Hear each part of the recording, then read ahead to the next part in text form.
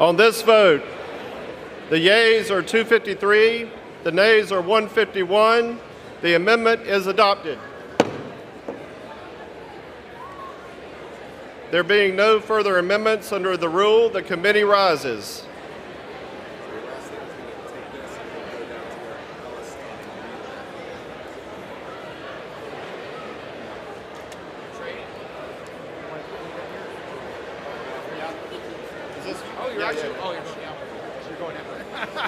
I thought he's.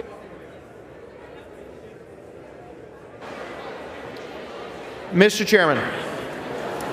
Mr. Speaker, the Committee of the Whole House on the State of the Union has had under consideration H.R. 1516 and pursuant to House Resolution 1430, I report the bill as amended by that resolution back to the House with sundry further amendments adopted in the Committee of the Whole.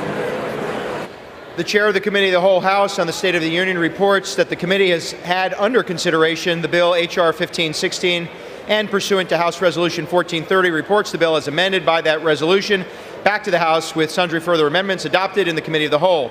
Under the rule, the previous question is ordered. Is a separate vote demanded on any further amendment reported from the Committee of the Whole? If not, the Chair will put them en gross. The question is on the adoption of the amendments. Those in favor, please say aye.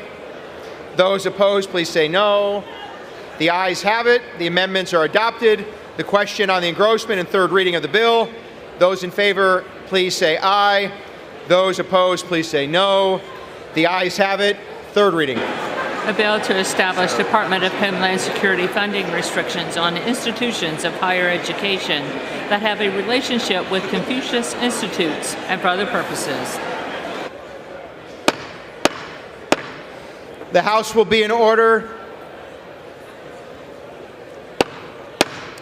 The House will be in order.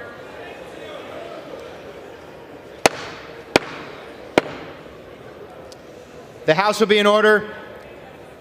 Where am I going? For what purpose does the gentleman from Rhode Island seek recognition? Mr. Speaker, I have a motion to recommit at the desk. And the clerk will report the motion. Mr. Wagner Sr. of Rhode Island moves to recommit the bill H.R. 1516 to the Committee on Homeland Security. Pursuant to Clause 2B of Rule 19, the previous question is ordered on the motion to recommit. The question is on the motion to recommit. Those in favor, say aye. Those opposed, please say no. In the opinion of the Chair, the noes have it. Mr. Speaker, I ask for the yeas and nays. The yeas and nays are requested. Those favoring a vote by the yeas and nays will rise. A sufficient number having risen, the yeas and nays are ordered. Members will record their votes by electronic device. Pursuant to Clause 9 of Rule 20, the Chair will reduce to 5 minutes the minimum time for any electronic vote on the question of passage. This is a 5-minute vote.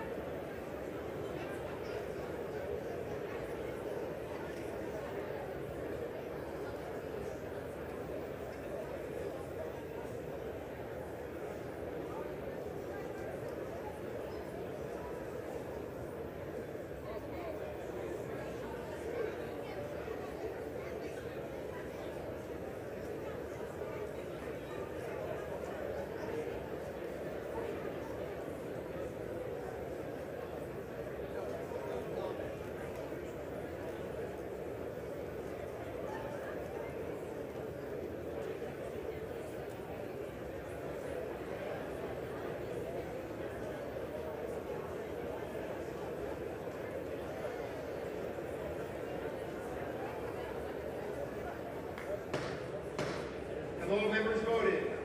Does any member wish to change a vote?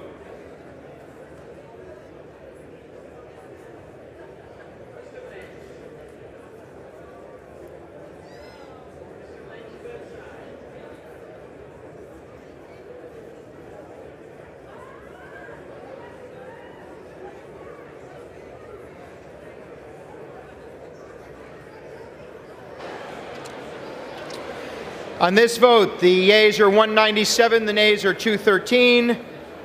With 0 answering present, the motion is not adopted. The question is on the passage of the bill. Those in favor, please say aye. Those opposed, please say no. The ayes have it. The bill. For what purpose does the gentleman seek recognition? On that, I ask for the ayes and nays.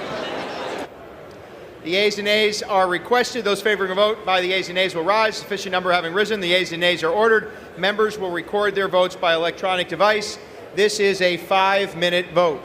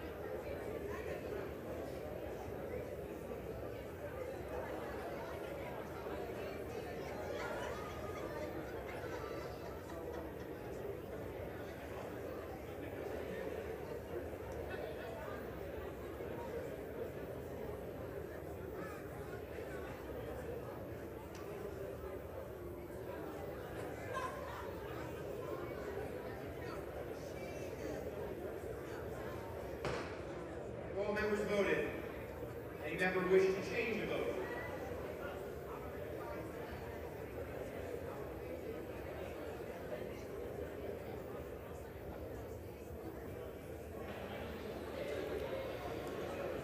On this vote, the yeas are 249, the nays are 161. The bill is passed. Without objection, a motion to reconsider is laid on the table.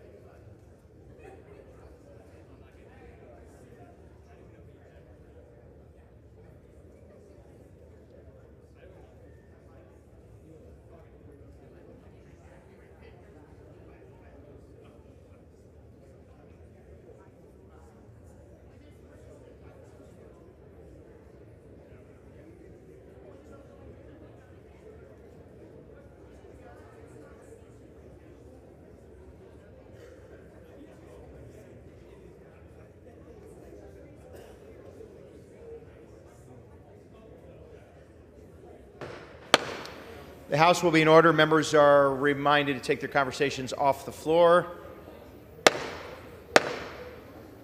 The House will be in order. For what purpose does the gentleman from Texas seek recognition? Mr. Speaker, I ask unanimous consent that all members may have 5 legislative days in which to revise and extend their remarks and to insert extraneous material on H.R. 1398. Without objection. Pursuant to House Resolution 1430 and Rule 18, the Chair declares the House and the Committee of the Whole House on the State of the Union for the consideration of H.R. 1398.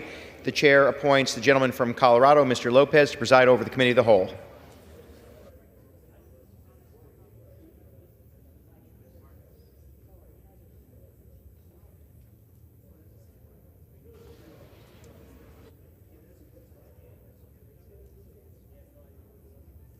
Want me to read it?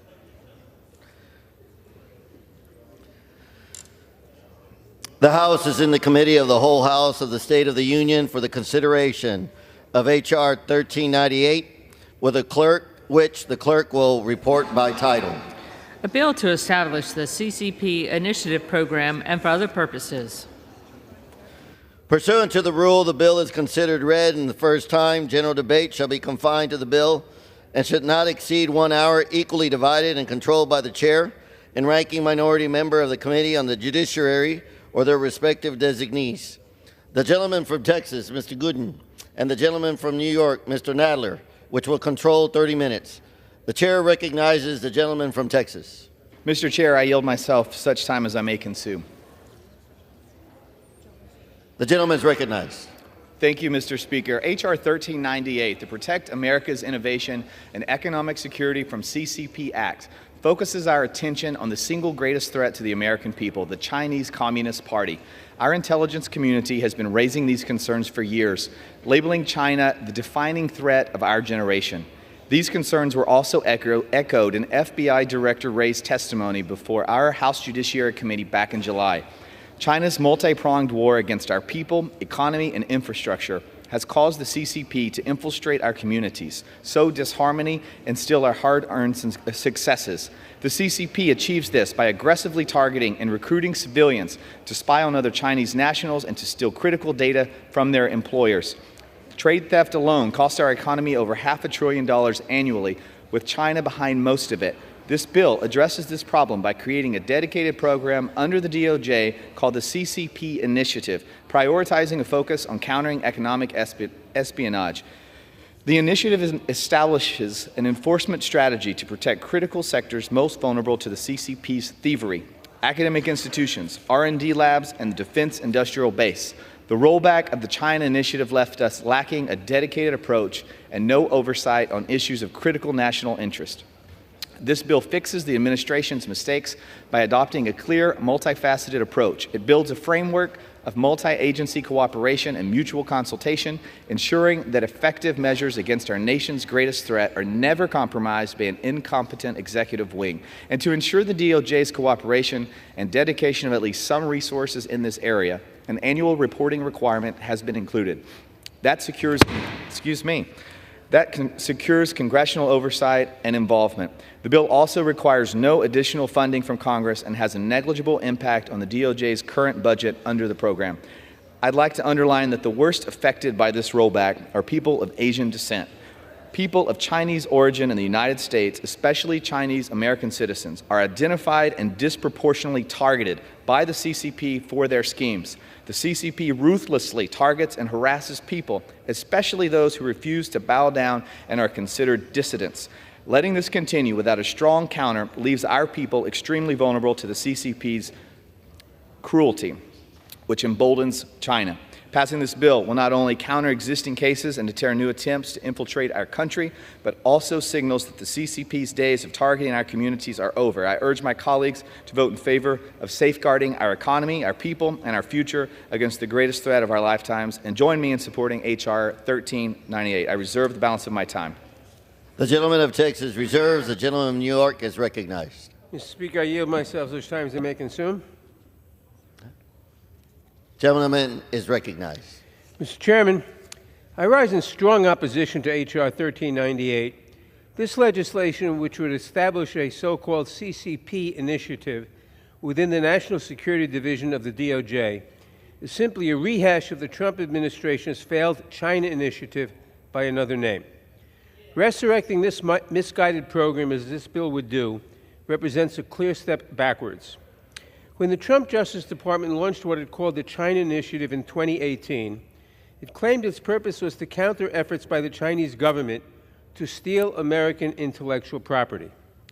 This might have been a laudable goal, but what actually resulted was little more than a series of unsupportable cases against Chinese academics at the height of their careers that left their reputations in tatters. The government was forced to drop many of these prosecutions. Others failed in court. Even more were overturned on appeal. No matter how you look at the data, a post-mortem analysis shows that the China Initiative was an undisputed failure. From the flimsy cases brought under this program to the so-called brain drain of scientists of Chinese descent who left American research labs, the China Initiative hurt our interests here at home. The Trump DOJ devoted significant resources to targeting professors of Chinese descent working in the United States, diverting crucial funding and personnel that could have been used to combat actual economic sabotage, espionage, and trade secret theft. But the China Initiative did not excuse me. But the China Initiative did not just waste valuable resources. If you were a person of Chinese descent working in American higher education, you were a suspect.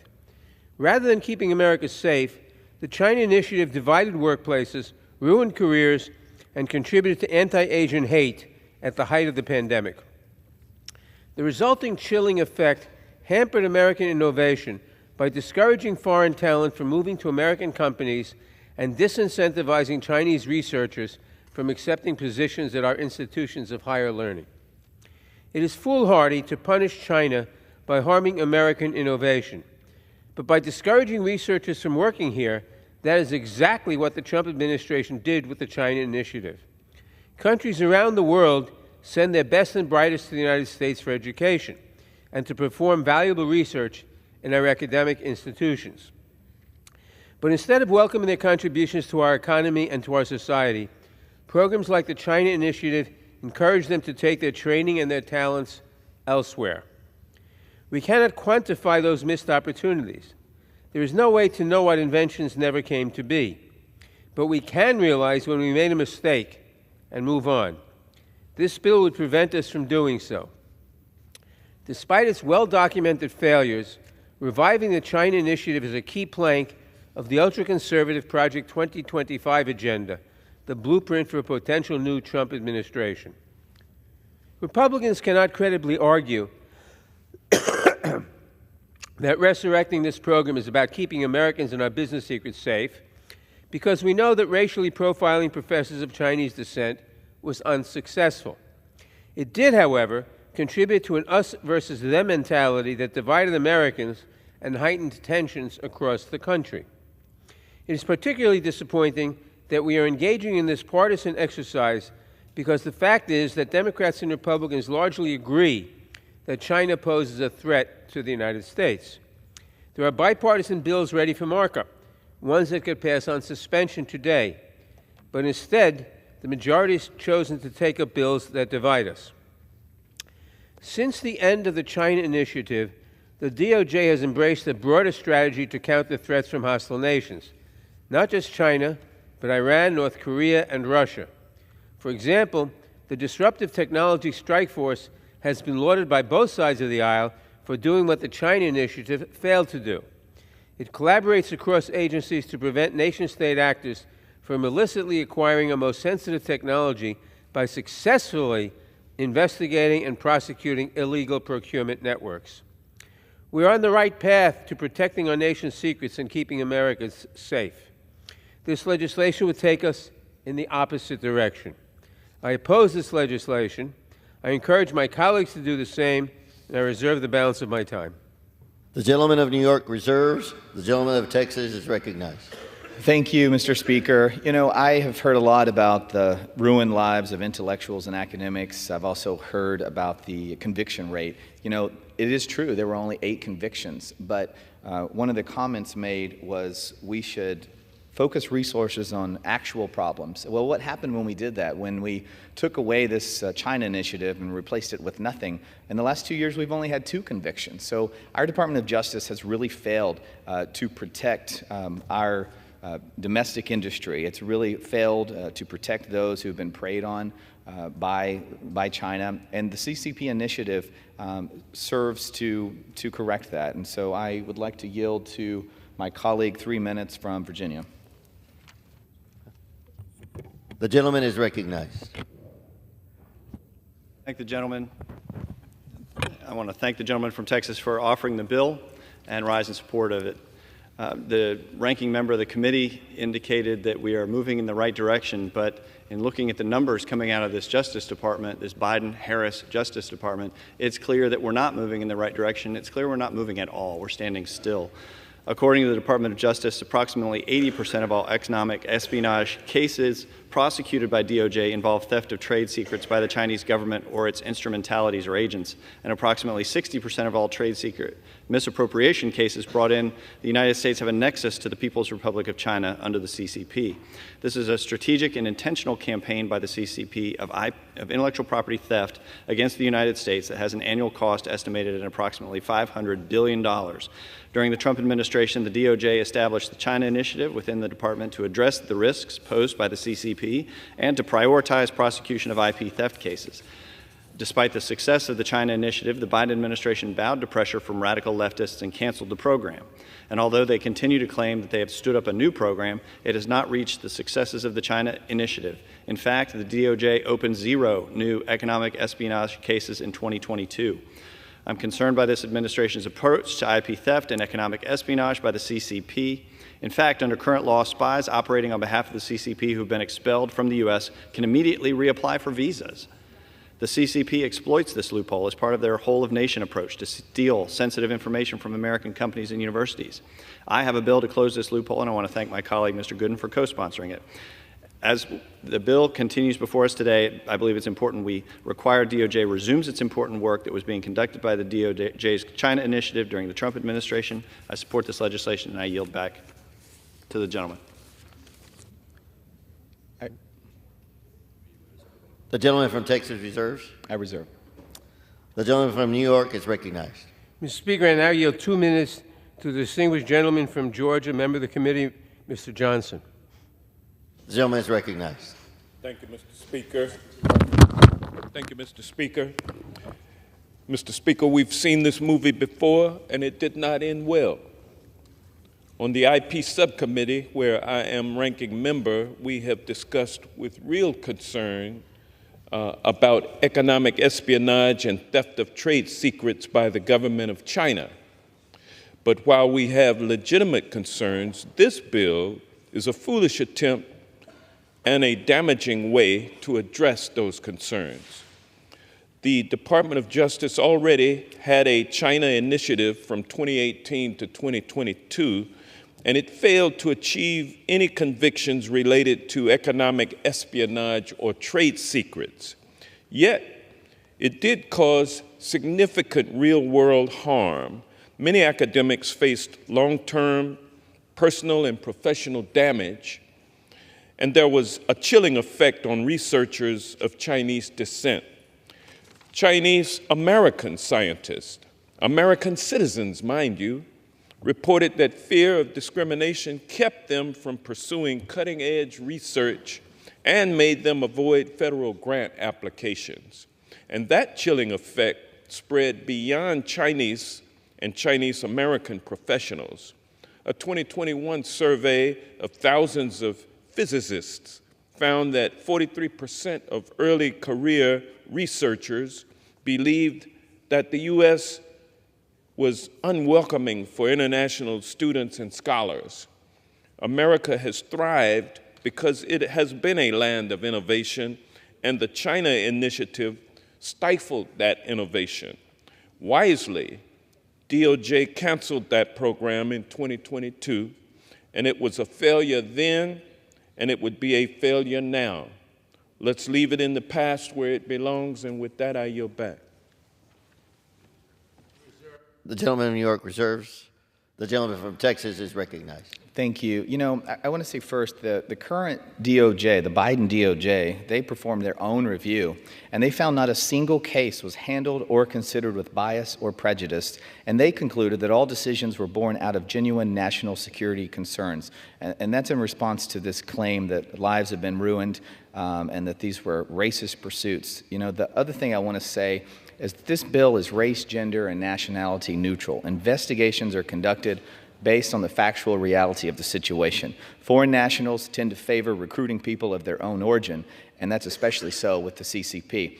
A full review by the current DOJ, again, this is the Biden DOJ, they found not one case of bias or prejudice. So everything we've heard today about how all these racist pursuits were so based in bad intentions, that was actually unfounded and proven incorrect by the current Biden DOJ. They said that there was not one single case of bias or prejudice, and I'd like to reserve my time.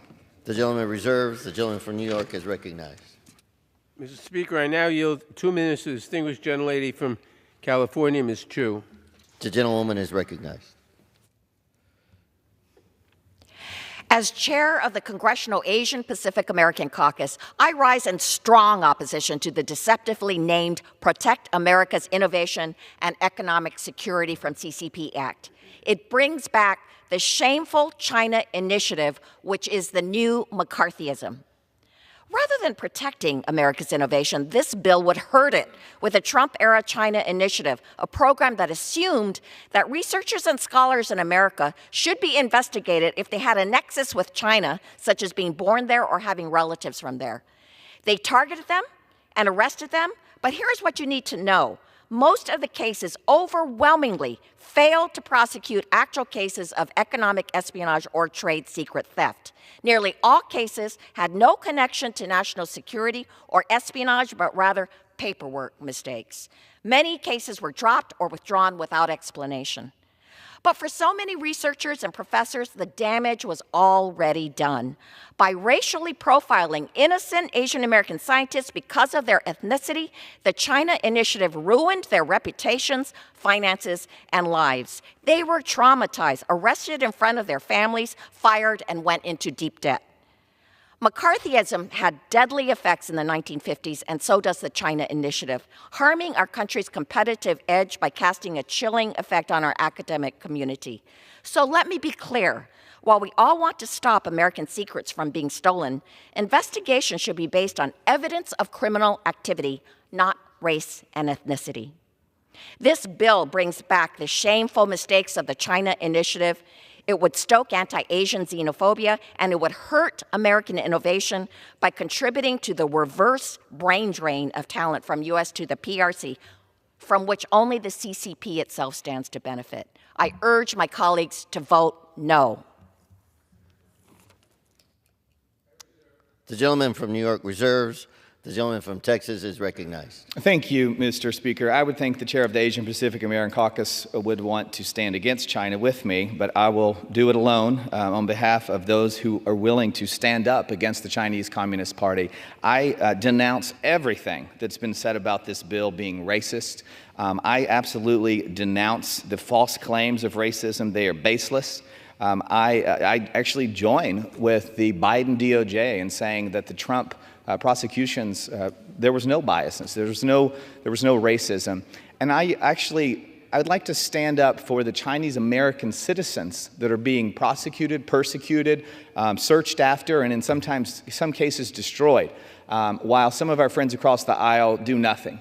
They get on the mic and they say, you guys are racist for pushing this legislation, and I think folks are tired of it. I really do. I'm really tired of seeing Chinese police stations in cities across our nation. I'm really tired of turning on the news and seeing that a spy in the New York governor's office has been signing orders and doing all kinds of stuff in the name of the Chinese Communist Party. I'm really tired of hearing stories about American citizens, Chinese American citizens living here. These are our people. These are our people being persecuted by the Chinese Communist Party, and that's what this bill seeks to do. You can get up here and say this is racist and the last administration wasn't successful, but the facts are Republicans want to do something. We want to stand up to China, and we want to stand up for the Chinese American citizens who in many cases are seeing their representatives get on the microphone and say, you know what, we're not going to do anything.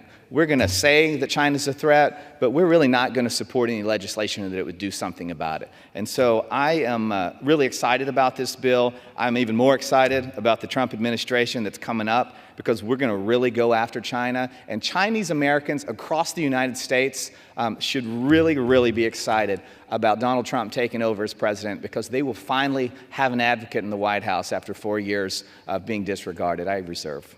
The gentleman from Texas reserves.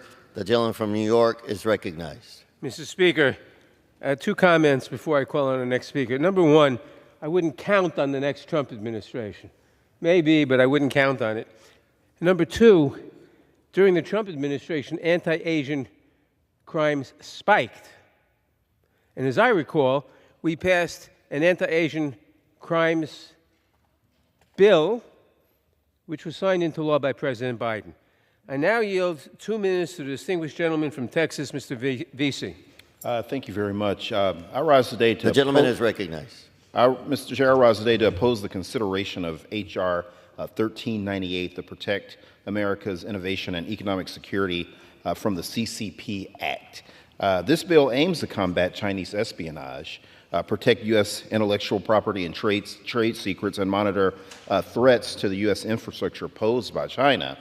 And while these are very important goals, I don't want anyone to be mistaken, the program this bill lays out closely mirrors a Trump administration program called the China Initiative, which targeted academics at American institutions for crimes allegedly related to economic espionage. And despite the initiative's goal of combating that espionage, no one was convicted or even charged with spying in any China initiative case.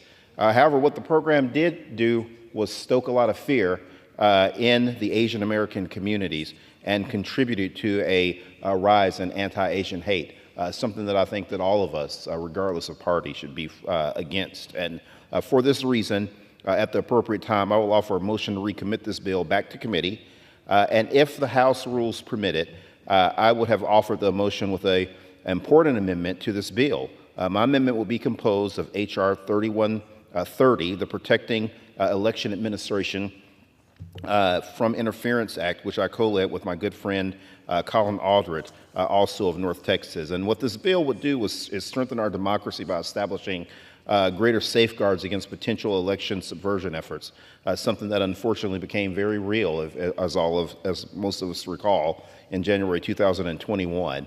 It would ensure that elections and vote counting are performed fairly, transparently, and without partisan influence.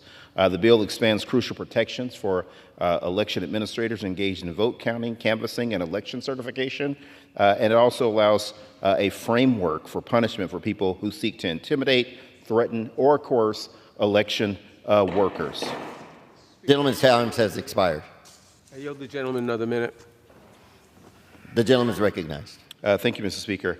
The bill also expands protections for election administrators, again, that have been for election administrators engaged in vote counting, canvassing, and election certification. It allows for a framework of punishment for people, that seek to intimidate these workers. The bill also recognizes missing pieces from existing law in terms of protections for digital election records. And in an increasingly technological world that we all live in, we must keep our laws up to date with the times. At the end of the debate, I will insert into the record the text of this amendment, and I hope my colleagues will join me in voting for the motion to recommit. Mr. Speaker, I yield back. The gentleman from New York reserves. The gentleman from Texas is recognized. Reserve. The gentleman from Texas reserve. The gentleman from New York. Mr. Speaker, I now yield 2 minutes to the distinguished gentleman from Illinois, Mr. Krishnamurthy. The gentleman is recognized. Thank you, Mr. Speaker. Today I rise in opposition to the partisan H.R. 1398. Unfortunately, this new quote-unquote CCP initiative that this bill creates is simply a knockoff version of the China initiative created by Donald Trump, which was notorious for racially profiling researchers of Asian descent. Of the individuals charged under that initiative, the vast majority of cases did not result in a finding of guilt. The lives of far too many of those charged but not convicted of a crime were ruined simply because they were, quote, researching while Chinese. The China initiative was not only weak, it was pernicious and wrong. The current administration shut down the China initiative and in its place stood up a new task force which has effectively cracked down, among other things, crimes involving CCP's theft of U.S. AI and missile detection technology. Another way we can protect our security is to pass the bipartisan, bicameral international trade crimes bill that I introduced alongside my colleagues on the Select Committee on the CCP. This bill creates a new unit at DOJ to criminally prosecute trade crimes committed by the CCP and others, which seriously harm our innovators, companies, and workers. It's essential that we confront the CCP's economic threat. There is a legitimate competition that we must win against the CCP. But H.R. 1398 does not take the initiative in doing so. I strongly urge my colleagues to vote no on 1398. Thank you, and I yield back. The gentleman from New York reserves. The gentleman from Texas is recognized. Reserve. The gentleman from Texas reserved. The gentleman from New York is recognized. Mr. Speaker, I now yield 2 minutes to the distinguished gentlelady from Hawaii, Ms. Takuda. The gentlewoman is recognized. Thank you, Ranking Member Nadler. There's no denial that the CCP has worked for decades to steal our intellectual property and research in critical technologies. We should be here today finding real solutions, not putting up false choices to combat those efforts and defend our national security. Instead, Republicans are obsessed with restarting a racially charged witch hunt against Asian Americans across our country. They want to revive the Trump administration's failed China initiative, which overwhelmingly targeted people of Chinese descent, destroying careers and spreading fear.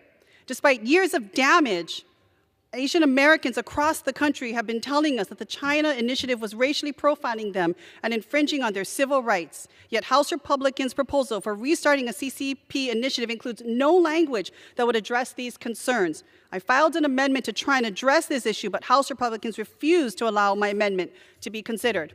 In their single-minded focus on the CCP, they've forgotten the lessons of our country's history in targeting Asian Americans and the lives that have been destroyed as a result of it. According to a recent national academic survey, 86% have said that it is harder to recruit international students than just 5 years ago. 72% do not feel safe as an academic researcher, and 61% have thought of leaving the U.S. altogether. We already know the harmful, chilling impacts of the China initiative on our scientific enterprise and ultimately on our national security. For years, the CCP has been focused on recruiting our scientific talent. Thanks to the CCP initiative's reverse brain drain, we are now driving our best scientists straight into the arms of the CCP. The bottom line is that this bill isn't just unnecessary, it undermines and destroys our research competitiveness and our national security. It's harmful to the civil rights that generations of Asian Americans have fought so hard to defend. And I find it amusing that my colleague on the other side of the aisle feels that Republicans and Trump did so much for our Chinese Americans. From what I saw and what I felt as an Asian American woman, all we got from Trump was xenophobia, anti-Asian hate, and racism. We are not going to go back. We will not be re-victimized again, and it's downright un-American. I urge my colleagues to stand with Asian Americans across the country and vote against this dangerous bill. The gentlewoman is recognized.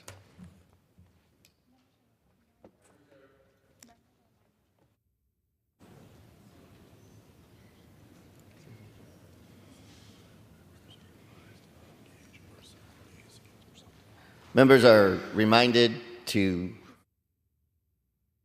refrain from engaging in personality of nominees for Texas is recognized. Thank you. You know, I'm sorry that my colleagues are amused because Republicans are horrified. We are sickened by what China is doing to Chinese Americans. And so if the Asian Pacific American Caucus, which love to put their sign up there while they denounce this fantastic bill, if they'd like a member of their caucus that will fight for and on behalf of Chinese American citizens, I'd be happy to join. Get me an application. But until that happens, until all members of this chamber wake up and realize that China is the real threat here, and realize that the main talking point, what they do is they come and anytime someone stands up against China, they start playing the race card because they know if they play the race card, they'll get folks to shut up. And China just loves it. I'm sure they're watching this debate in Beijing and laughing every time someone gets up and calls this policy racist. I'm sure they're just loving it to see folks get up and talk about the China initiative that the Biden DOJ so fantastically got rid of and what a success it was for China. The Biden DOJ has even said since then that there was no bias, there was no racism. So everything we're hearing today is just false. I'm not going to call someone a liar, but I'm going to tell you that what we're hearing today is false. I heard from Mr. Nadler before he reserved a while ago. He said Asian American crime against Asian Americans were up in the Trump era. What person with a brain in America thinks that Donald Trump is the reason crime is up anywhere? Joe Biden is the reason. Kamala Harris is the reason that crime is through the roof in this nation. Americans are unsafe. And Mr. Nadler said I wouldn't count on a Trump victory. Well, frankly, I'm not going to count on anything in the days we live in, but I can count on the American people to not hold Donald Trump responsible for the crime epidemic that we are experiencing in this nation. I am baffled by the opposition to this bill and the silliness on the other side that insinuates Donald Trump is somehow behind some kind of crime spike. Give me a break. The American people know who is behind this crime, and they're going to watch her talk about it tonight. And if she won't talk about it, I hope Mr. President Donald Trump will, as I know all Americans believe, he is the one to stand against this spike in crime that I'm so happy Democrats acknowledge exists. I reserve, excuse me. Gentleman from Texas reserves. Gentleman from New York is recognized. It has been said that figures don't lie, but liars figure. The figures are very clear. Crime has gone down under the Biden administration. I don't care what anybody in this chamber says. Those are the statistics. Consult the FBI crime statistics. Crime has gone down every single year since the Biden administration took office. No one can debate that. At least no one can debate that if you believe the FBI statistics or any other statistics, unless you're getting your information from the Trump campaign or from Project 2025 or other less than honest sources. Having said that, I urge the defeat of this bill, and I reserve. Gentleman from New York reserves. Gentleman from Texas is recognized. I'll just say this. If you believe that crime is down under Joe Biden, then you probably believe the border is secure. I reserve. Gentleman from Texas reserves. Gentleman from New York is recognized. What did he say? Reserves. I reserve. Gentleman from New York reserves. Gentleman from Texas is recognized. We're prepared to close. I'm prepared to close. Gentleman from Texas reserves. I'm prepared to close. The gentleman from New York is recognized. Mr. Chairman, using fear and division for political benefit while pushing policies that hurt American innovation and American ideals is irresponsible and dangerous. But that is exactly what we are doing here today. The China Initiative was a divisive program that made Americans afraid of one another and produced zero benefits. Donald Trump and the MAGA movement had 4 years to come up with new policy solutions, but they decided to play politics instead. Just last week, we learned that the Russian government was paying conservative influencers in an attempt to manipulate our elections. We also know that they are not the only hostile foreign nation trying to do so. We should be working to address that threat. We should be working to protect our elections. Instead, we are taking part in a partisan exercise that does nothing except take our eye off the ball from the real dangers to our people, our government, and our businesses. There is so much we could do together. Under the Biden-Harris administration, we enacted the Bipartisan Chips and Science Act, which has sparked tremendous investment in domestic manufacturing of computer chips, crucial to national security. That is what actual leadership, that is what actual policy solutions look like. Unfortunately, Republicans have chosen the politics of division. Instead of looking forward and developing new strategies for taking on the threats that face this nation, the Republican majority wants to take us back to the failed policies of the past. The Chinese government poses real threats, but this bill would do nothing to address them while setting back our efforts to take meaningful action. The China Initiative failed to address any of the actual threats posed by the Chinese government and succeeded only in ruining the careers of academics and scientists of Chinese descent while stifling American innovation. I encourage my colleagues to oppose this legislation, and I yield back the balance of my time. The gentleman from New York reserves. The gentleman yields back. The gentleman from Texas is recognized. You know, fear and division is what the Chinese Communist Party hopes that will become all about. This bill seeks to stop China and the Chinese Communist Party's efforts to destroy this nation. That is their ultimate goal. So every time a member of Congress gets up and says any effort to defeat China is a racist effort, it's really unfortunate. But I do believe that common sense will prevail. I do believe we'll pass this tomorrow, and I want to thank everyone for their support. This bill is an important tool, one of many tools that we're passing this week. And we're spreading the word and sharing with the American people that Republicans are serious about standing up to China.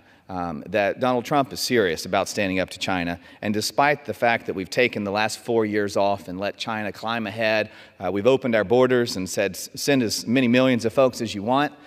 We've let the crime rate spike, and we've just let it happen. It's a real shame. But I do believe the American people deserve better, and I think they'll vote for better. And I appreciate my colleagues' consideration and urge a yes vote, and I yield back. The gentleman yields back.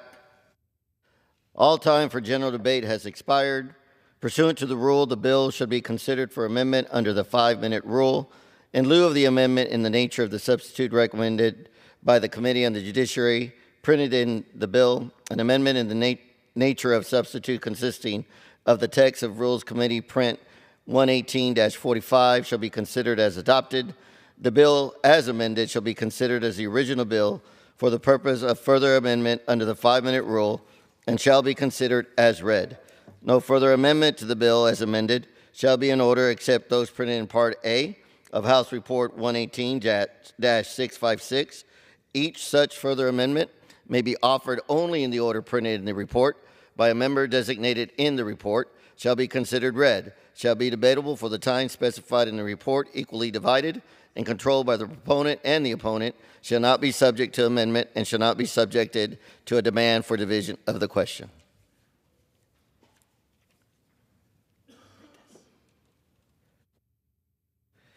It is now in order to consider amendment number 1, printed in Part A of House Report 118-656. Purpose of the gentleman from New Jersey seek recognition. Mr. Speaker, I have an amendment at the desk. The clerk will designate the amendment. Amendment number 1, printed in Part A of House Report number 118-656, offered by Mr. Gottheimer of New Jersey. Pursuant to House Resolution 1430, the gentleman from New Jersey, Mr. Gottheimer, and a member opposed each control 5 minutes. The chair recognizes the gentleman from New Jersey. Thank you, Mr. Speaker. I rise in support of my amendment, which would require the Department of Justice's report, as mandated under this bill, to examine public-private sector coordination regarding economic espionage threats. According to the Center for Strategic and International Studies, there have been 224 documented cases of Chinese espionage directed at the United States since 2000. And that doesn't even count the more than 1,200 cases of intellectual property theft lawsuits brought by American companies against Chinese stakeholders. These tactics cost Americans billions, yes, billions with a B, each year. Individuals tied to the Chinese government have been caught spying on companies that are producing our nation's critical infrastructure. In 2022, a Chinese national was convicted of spying while working as an engineer at General Electric. Back in 2014, the Department of Justice charged 5 Chinese military hackers for spying on U.S. Steel, Westinghouse Electric, and more. From energy to consumer electronics to advanced technologies, CCP-backed individuals aim to steal secrets that give Chinese industry a leg up over American industry and undermine our country and economy. This espionage is as much a national security threat as it is an economic issue. And as member of both the Intelligence and Financial Services Committees, I believe it's critical that the public and private sectors work together to direct, coordinate, and develop responses to espionage. Private sector companies are the hardest hit by this espionage, and they've been on the front lines of responding to breaches and hackers. We in the federal government have much to gain by coordinating with the private sector. With this amendment, we're making it clear that protecting American innovation is a team effort. We need everyone, business leaders, the intelligence community, lawmakers, and researchers working together to stop economic espionage, maintain America's economic leadership, and guarantee our national security. I urge my colleagues to join me in supporting this common sense amendment, and I reserve the balance of my time. The gentleman from New Jersey reserves. For what purpose does the gentleman from Texas seek recognition? I rise to claim time in opposition, although I am not opposed. The gentleman is recognized. The amendment would require the annual report to Congress in this bill to include a description of the level and effectiveness of coordination and information sharing between government entities and private companies about economic espionage threats. American companies and innovations have led the way for over a century, and the first line of defense to preventing economic espionage and intellectual property theft is the vigilance of the owners of this property. Including this information in the report will ensure that Congress can adequately oversee the CCP initiative and ensure that it's meeting its objectives, and I yield back. The gentleman yields back. The gentleman from New Jersey is recognized. I yield the balance of my time. The question is on the amendment offered by the gentleman from New Jersey. Those in favor say aye. Those opposed say no. In the opinion of the chairs, the ayes have it. The amendment is agreed to.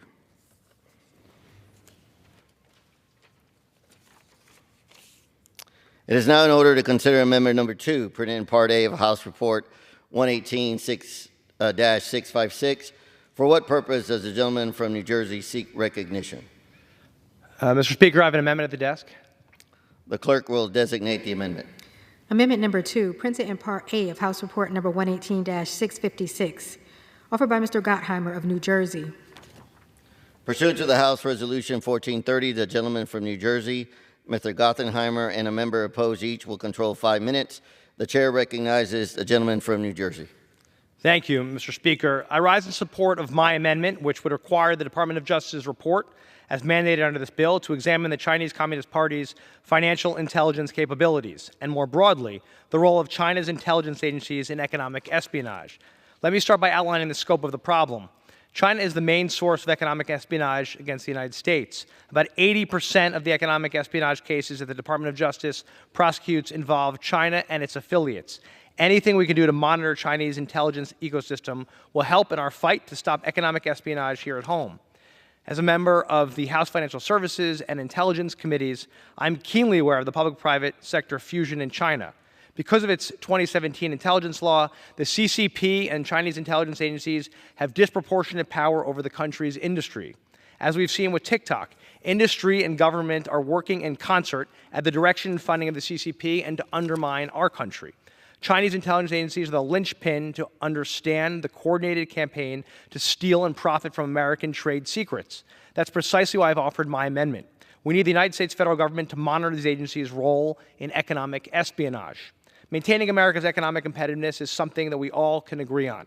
I urge my colleagues on both sides of the aisle to support this amendment so we can get a fuller picture of Chinese intelligence agencies' role in economic espionage and actually stop them in the process. Thank you, and I reserve the balance of my time. The gentleman from New Jersey reserves. For what purpose does the gentleman from Texas seek to be recognized? I rise to claim time in opposition, although I am not opposed. Without objection, the gentleman is recognized. This amendment would require the annual report to Congress in this bill to include a description of the CCP's financial intelligence capabilities.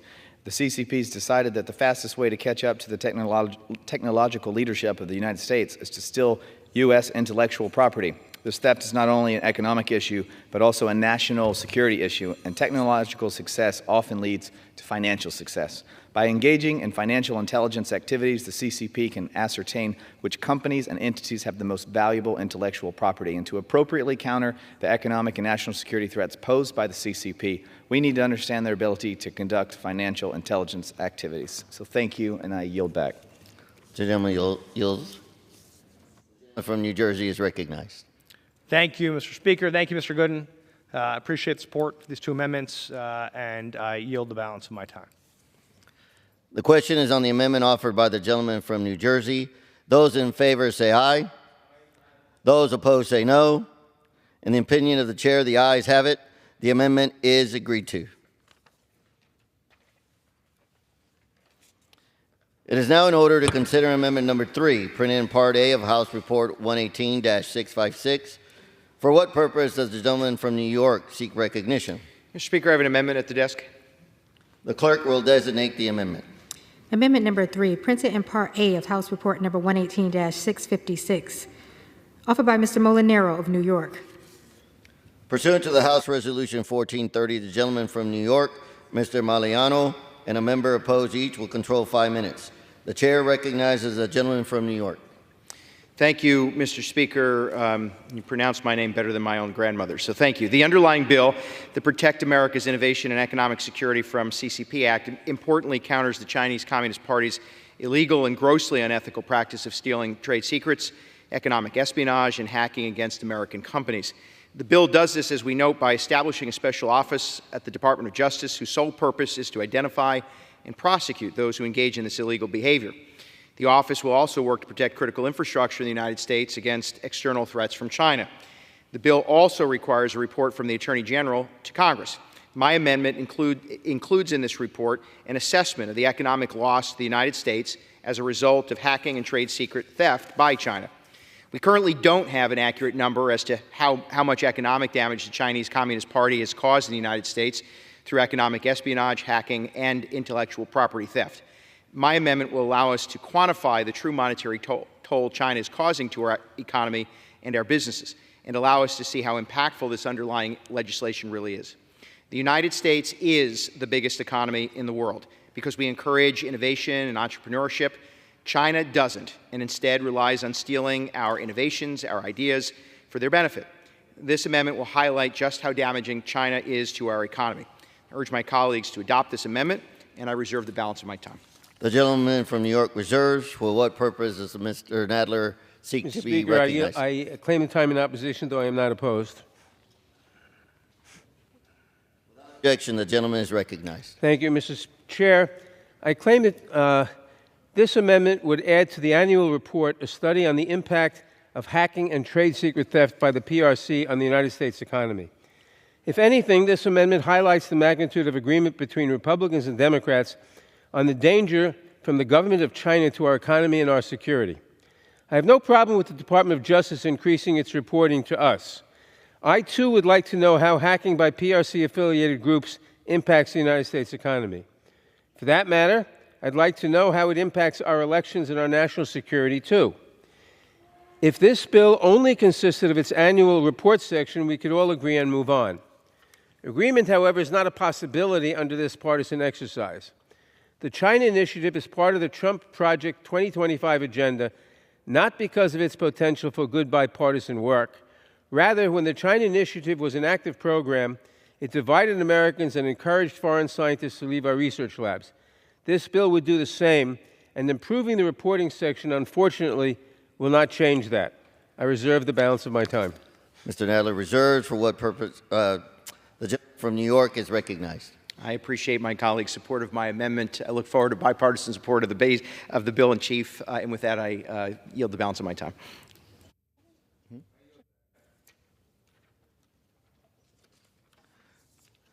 The question is on the amendment offered by the gentleman from New York.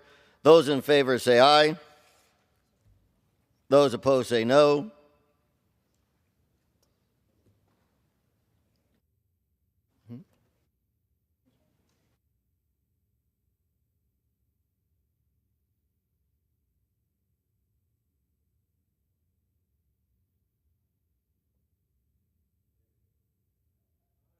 The chair, the opposite. The amendment is agreed to. It is now in order to consider Amendment Number 4, printed in Part A of House Report 118-656. For what purpose does the gentleman from New York seek recognition? Mr. Speaker, I have an amendment at the desk. The clerk will designate the amendment. Amendment number 4, printed in Part A of House Report number 118-656, offered by Mr. Molinaro of New York. Pursuant to the House Resolution 1430, the gentleman from New York, Mr. Molinaro, and a member opposed each will control 5 minutes. The chair recognizes the gentleman from New York. Thank you, Mr. Speaker. The amendment at the desk, my amendment, adds a requirement to the bill in chief that the Department of Justice identify all cases of intellectual property theft of American small businesses by the Chinese Communist Party. Even in upstate New York, we have businesses that have reported firsthand how their innovations have been completely stolen by the Chinese Communist Party. And now, just because China doesn't believe in capitalism doesn't mean they can steal our nation's best and brightest ideas and the hard work of good Americans.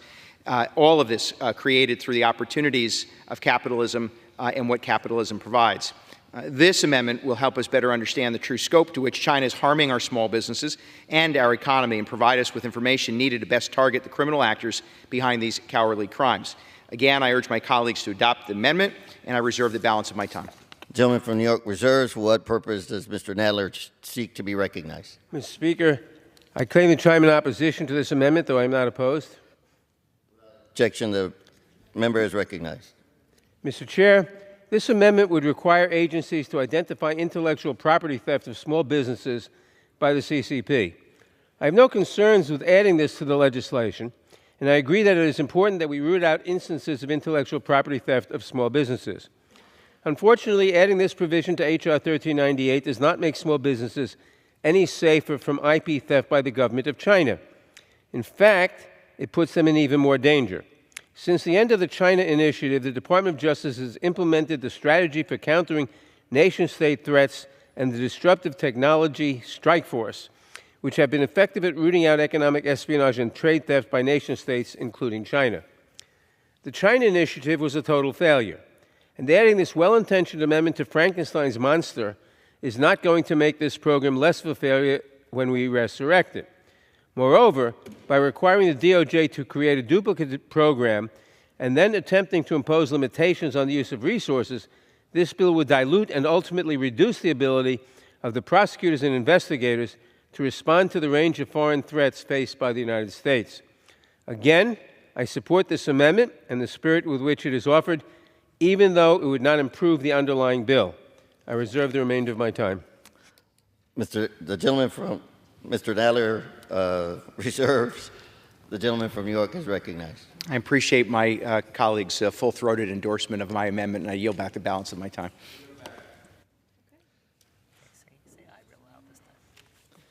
The question is on the amendment offered by the gentleman from New York. Those in favor say aye.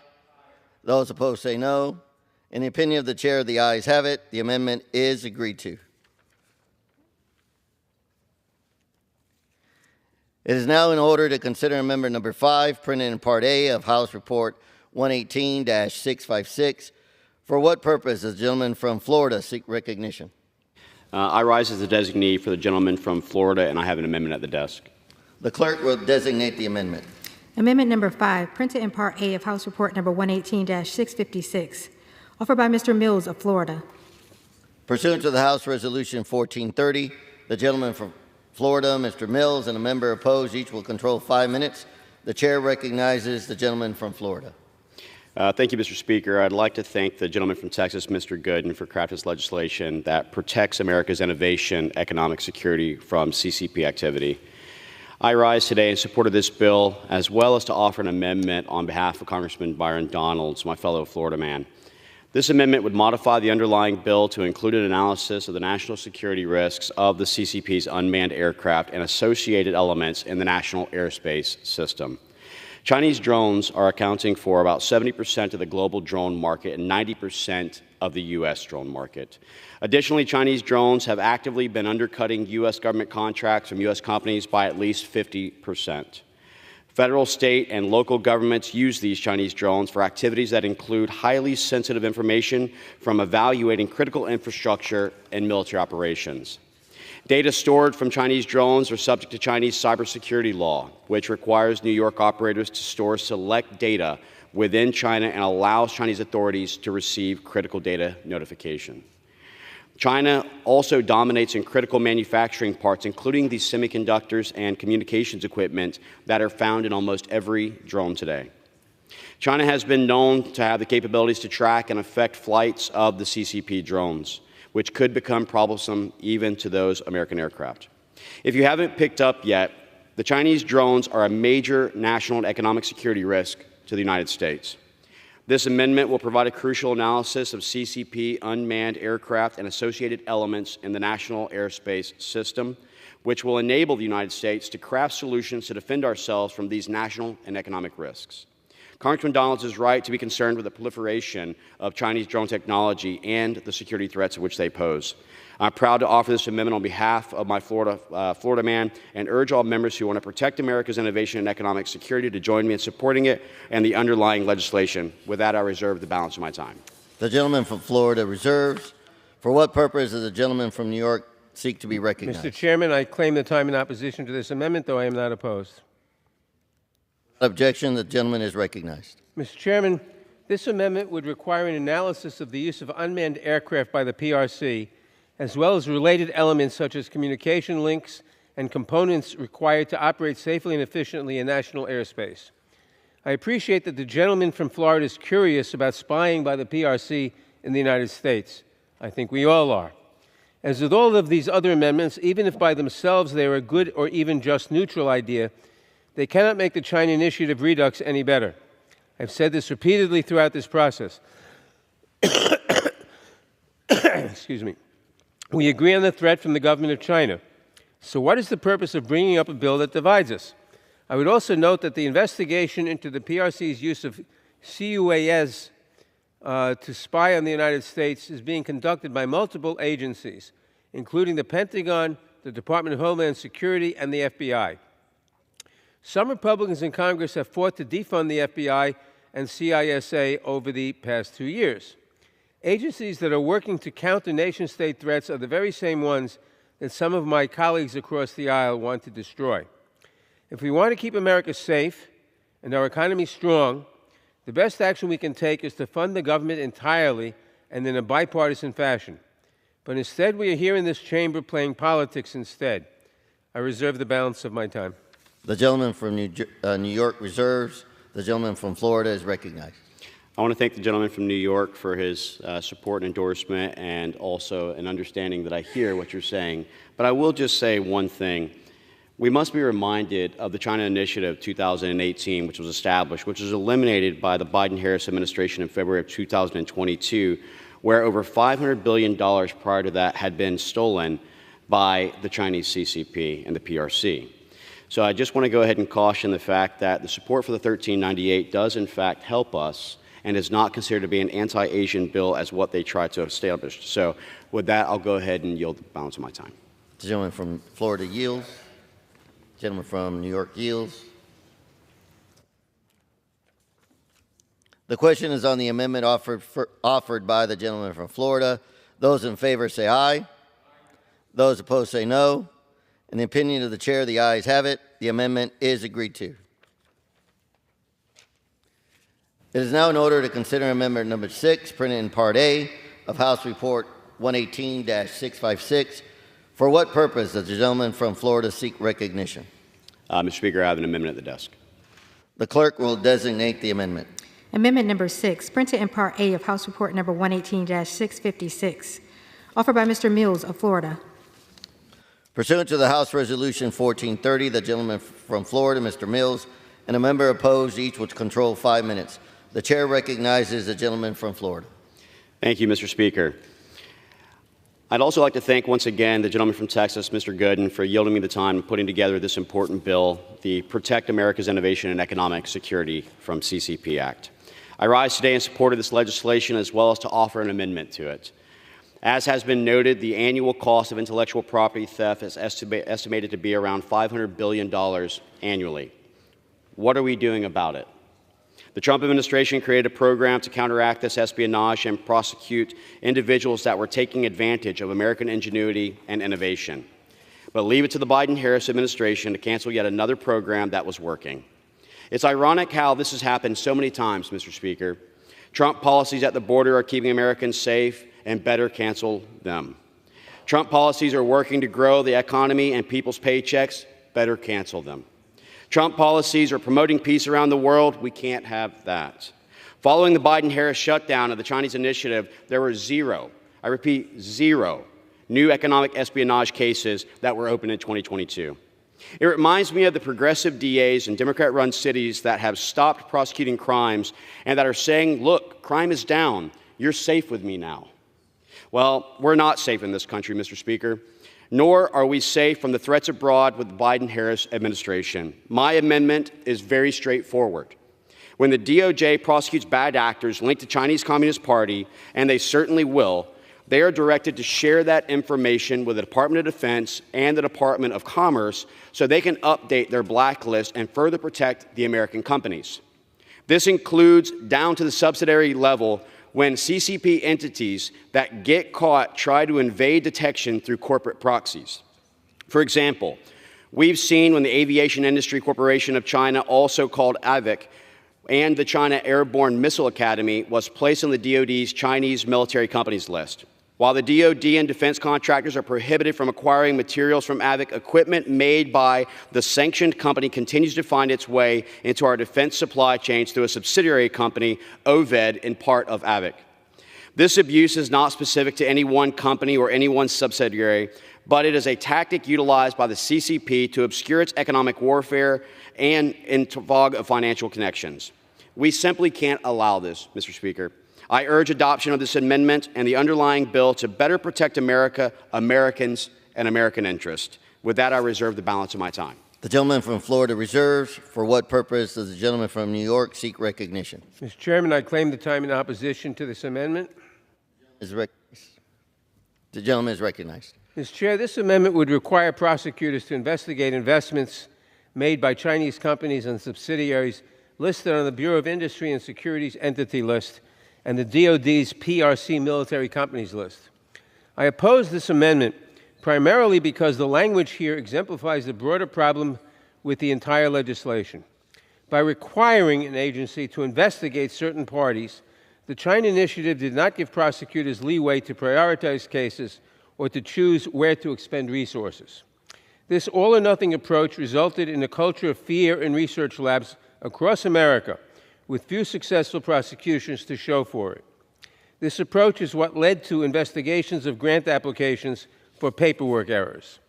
Rather than looking for the individual seeking to commit trade crimes, the requirement to investigate relegated many DOJ prosecutors to the role of meter maids handing out parking tickets. I am also opposed to this amendment because we already do something very similar. The Committee on Foreign Investment in the United States already looks at all pending Chinese investments into the United States. This amendment would duplicate this work, causing a further strain on the limited resources available at the Department of Justice. Finally, the language is unclear as to the limit of these investigations. This broad mandate for investigations into existing investments without any clear objective, again, could lead to the kind of overreach the original China Initiative suffered from. I oppose this amendment. I encourage my colleagues to do the same, and I reserve the balance of my time. The gentleman from New York reserves. The gentleman from Florida is recognized.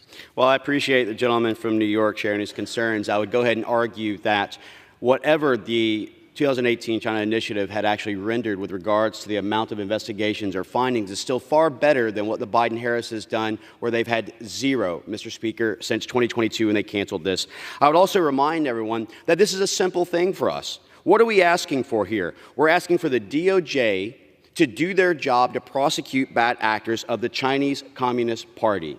Not something that seems unreasonable, and to direct the shared information to the Department of Defense and the Department of Commerce. Look, if CFIUS worked so well, then I would have argued that they would have blocked the sale of U.S. steel to Nippon Japan to allow us to have an actual advantage and control our resources and economic capabilities. But they don't. And so that's why I offer this amendment in an area to ensure that those companies that are blacklisted can no longer circumvent the system, and that the Department of Defense and Commerce are aware of the investigations that should be held by the Department of Justice. With that, I reserve. The gentleman from Florida reserves. The gentleman from New York is recognized. I yield back. The gentleman from New York yields. I yield. The gentleman from Florida yields. The question is on the amendment offered by the gentleman from Florida. Those in favor say aye. Those opposed say no. In the opinion of the chair, the ayes have it. The amendment is agreed to.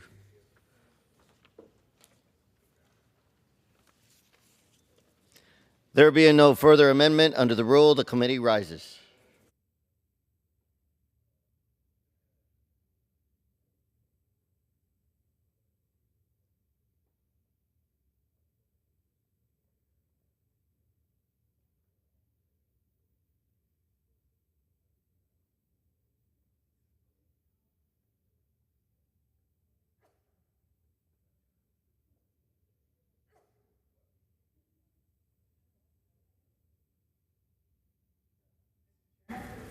Madam Speaker, the Committee of the Whole House on the State of the Union has under consideration H.R. 1398, and pursuant to House Resolution 1430, I report the bill as amended by that resolution back to the House with sundry further amendments adopted in the Committee of the Whole. Under the rule, the previous question is ordered. Is a separate vote demanded on any further amendment reported from the Committee of the Whole? I'm going to do that over. The chair of the Committee of the Whole House on the State of the Union reports that the committee has had under consideration the bill H.R. 1398 and pursuant to House Resolution 1430 reports the bill as amended by that resolution back to the House with sundry further amendments adopted in the Committee of the Whole. Under the rule, the previous question is ordered. Is a separate vote demanded on any further amendment reported from the Committee of the Whole? If not, the chair will put them in gross. The question is on the adoption of the amendment. Those in favor, please say aye. Those opposed say no. The ayes have it. The amendments are adopted. The question is on engrossment and the third reading of the bill. Those in favor, please say aye. Those opposed say no. The ayes have it. Third reading. A bill to establish the CCP Initiative program and for other purposes. Pursuant to Clause 1C of Rule 19, further consideration of H.R. 1398 is postponed.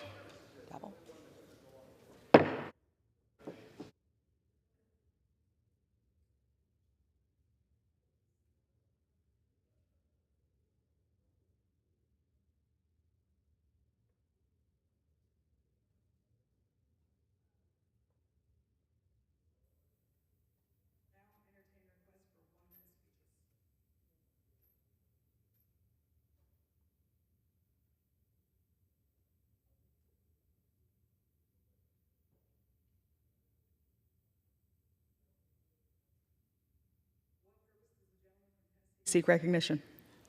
Madam Speaker, I seek unanimous consent to address the House for 1 minute. Without objection. Extend my remarks. Without objection, the gentleman is recognized for 1 minute. Thank you. Thank you, Madam Speaker. I rise to honor Private Lawrence Hooley, an American hero who served during World War II. In 1943, after graduating from high school, he joined the Marine Corps and began basic training at Parris Island, South Carolina, at 18 years old. After graduation, he was assigned to the 4th Marine Division and sent to Hawaii. He was with the 24th Regiment that landed at Ropi and Namur Islands. His unit took part in the invasion of, I'm going to try to get this right, Inuiatak, and then prepared for the invasion of Iwo Jima. Private Hooley's next mission was the invasion of the Japanese home islands. On the way to capture the Japanese island of Sasebo, located 35 miles from Nagasaki, of course, the United States dropped the first atomic bomb on Hiroshima. A day or two later, they dropped the second one on Nagasaki. He got back to the United States on Christmas Eve, 1945, after being discharged in 46. He went to work at the VA hospital in Rhode Island and was instrumental in helping the area get a nursing home and a national VA cemetery. Private Hooley was married with 2 sons and moved to Tennessee in 1999, where he lives today. He will turn a young 100 years old this November, Madam Speaker. It's my honor to recognize Private Lawrence Hooley as Tennessee's 2nd District 2024 Veteran of the Month. Thank you for your service, sir. And if my dad were alive, he would say Semper Fi. Thank you, Madam Speaker. I yield back. Thank you. For what purpose does the gentleman from New York seek recognition? Madam Speaker, I ask unanimous consent to address the House for 1 minute and to revise and extend my remarks. Without objection, the gentleman is recognized for 1 minute. Madam Speaker, today I rise to recognize Detective Tim Hayes and K9 Remy, the first certified electronics detective dog in Rockland County history. Remy is a 1-year-old black lab named after Wells Remy Crowther, a Nyack native known as the man in the red bandana, who selflessly gave his life, saving as many as 18 lives on September 11, 2001. Wells Remy Crowther was a hero, and I'm glad that the Rockland County District Attorney's Office recognized him in this way. Remy and Tim work at the Rockland County District Attorney's Office, where they're tasked with identifying laptops, cell phones, SD cards, and USB drives that contain illegal content at crime scenes. Tim is a former U.S. Army paratrooper and veteran of Operation Enduring Freedom. Following his service in the military, he joined the NYPD, working his way up to the rank of detective before joining the Rockland County District Attorney's Office. On this 23rd anniversary of September 11th, we remember and honor Wells Remy Crowther, and I thank Tim and Remy for their service. Madam Speaker, I yield back. Thank you. For what purpose does the gentleman from California seek recognition? Without objection, the gentleman is recognized for 1 minute. Thanks, Madam Speaker. Today I want to talk about the ongoing water crisis, man-made, in the Klamath Basin. Over a decade ago, water levels in Upper Klamath Lake were set to support the endangered suckerfish. Yet we have no new adult suckerfish that we can really count having been produced during that time. Meanwhile, the impact on the basin's wildlife and farmers is severe. On and off, once thriving wetlands are now dry, leading to massive die-offs of ducks, geese, etc. from avian botulism, and the waterfowl population has dropped to record lows, and you see it farther down in the valley with fewer waterfowl in the rice lands. Farmers are also suffering as water meant for irrigation and livestock is being diverted with little success in actually protecting endangered species. This policy has failed on all fronts. We are saving neither the suckerfish nor protecting the region's critical ecosystems or the agricultural economy. I urge this body to reassess the water management in the Klamath Basin, ensure that our farmers, wildlife, and such will get the water they need and not be left in crisis constantly. I yield back. For what purpose does the gentleman from California seek recognition? Without objection, the gentleman is recognized for 1 minute.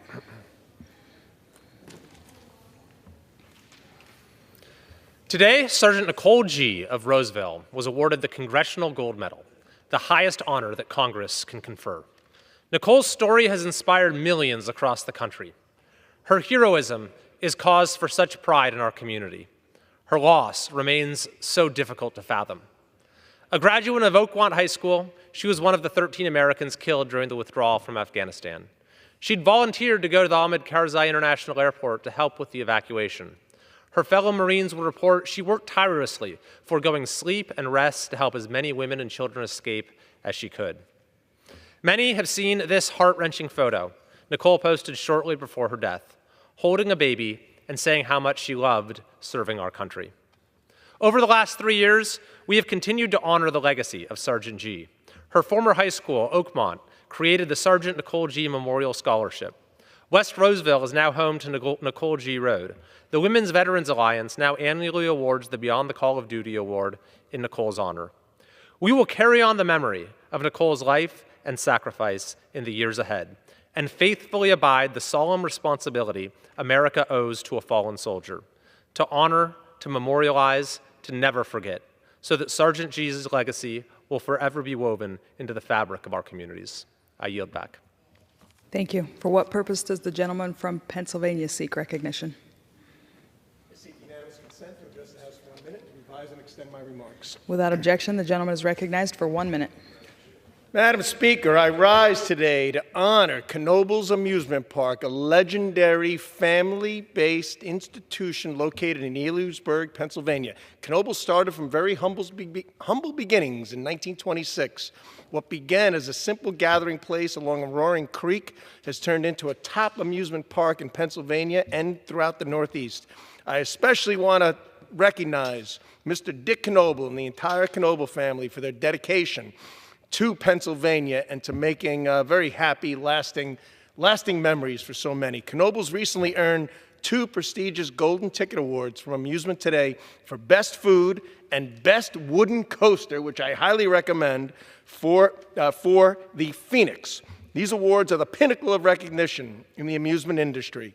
Knoebels is truly a place where families come together from around the country to create lasting memories, and I was very, very happy to host my first annual Constituent Appreciation Picnic at the park just this last month. Congratulations to the entire Knoebels family for making Pennsylvania the happiest place on earth.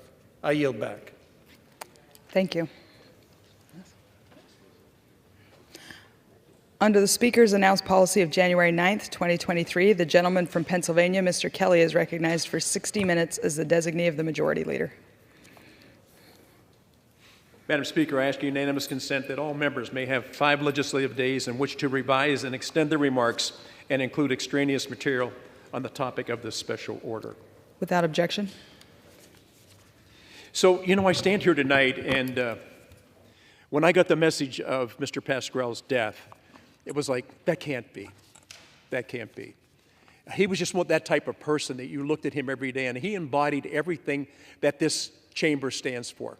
Because he's from Paterson, New Jersey, and actually, Paterson, New Jersey could not have had a better champion than Bill Pascrell, because they were one in the same. He never, ever changed his mind on anything because he never made up his mind casually. He knew who he was, he knew where he was from, he knew what he stood for, and he knew everything about the people he represented. So, you know, when you first get here, you don't know anybody, but I can remember walking down the hall and I saw this person being interviewed, and I said, who is this guy? And they said, that's Bill Patterson. I said, really? Or Bill Pascrell. And I said, well, it is the same thing, Bill Patterson, Bill Pascrell. I said, well, he's something else. And then I got a chance to serve on the same committee as he did. I don't think you could find a finer example of what it means to be a representative of a certain place at a certain time, and he did it, embodied it in every simple way you could possibly do it. Now, we talk about as we go through life, there's people you're never going to forget, and as long as one of us is alive, we're never going to forget Bill, I keep calling him Patterson, Bill Pascrell, because I'm just so used to him talking about Patterson all the time. Every time I came into committee, and Mr. Neal and I were talking, the first thing he would ask me about it, come over and say, hey, Cal, how's your wife? I know she hasn't been doing real well. I said, she's fine, Billy, she's fine. How about you? He said, well, you know what? She's down here with me right now, so I think it's working. I think it's working all right. Bill's concern was always for somebody else, not for him. And it's so hard today to find in this chamber especially because we've forgotten who it is that we are. We simply represent 750,000 people and what they stand for.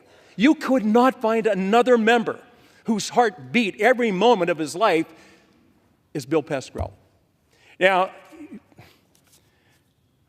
during my lifetime, because where I am in my life, I'm saying goodbye to people more often than hello, and I've watched a lot of my friends pass, and I keep going back to it, is how sad it is to lose them, but more importantly, it would have been much sadder if they had never existed. If Bill Patterson, or Bill, there I do it again, Richie, I'm sorry. If Bill Pascrell had not sat over there, if we hadn't sat in committee together, if we hadn't been able to talk about the issues, and him, listen, he never spoke casually about anything. He knew what he was talking about, and he made sure you understood him. I could not be more proud and more sorrowful today to have had a friend who was so loyal and a colleague who you could count on, and somebody who you knew at the end of every day, his concern when he finally put his head on the pillow and went to sleep was for the people he represented, not for himself. I never knew. I never expected him not to be here. And now we'll look across the dais and I'll see that empty chair. And I'll think he may not be in that chair, but his words are still in this chamber and always will be. So Mr. Neal and I, I think what would disappoint probably some of the members that are here now, the new people, that we get along really well. And for some reason in today's world, you're not allowed to get along with people from the other side, and I think that's unusual. I mean, everything in our lives is depending on each other to come up with the right solutions all the time. So I have really cherished the time I've been here. I am going to miss this guy incredibly because he was so concerned about other people. And we could talk for hours about this, but I go back to this. I keep thinking the same thing.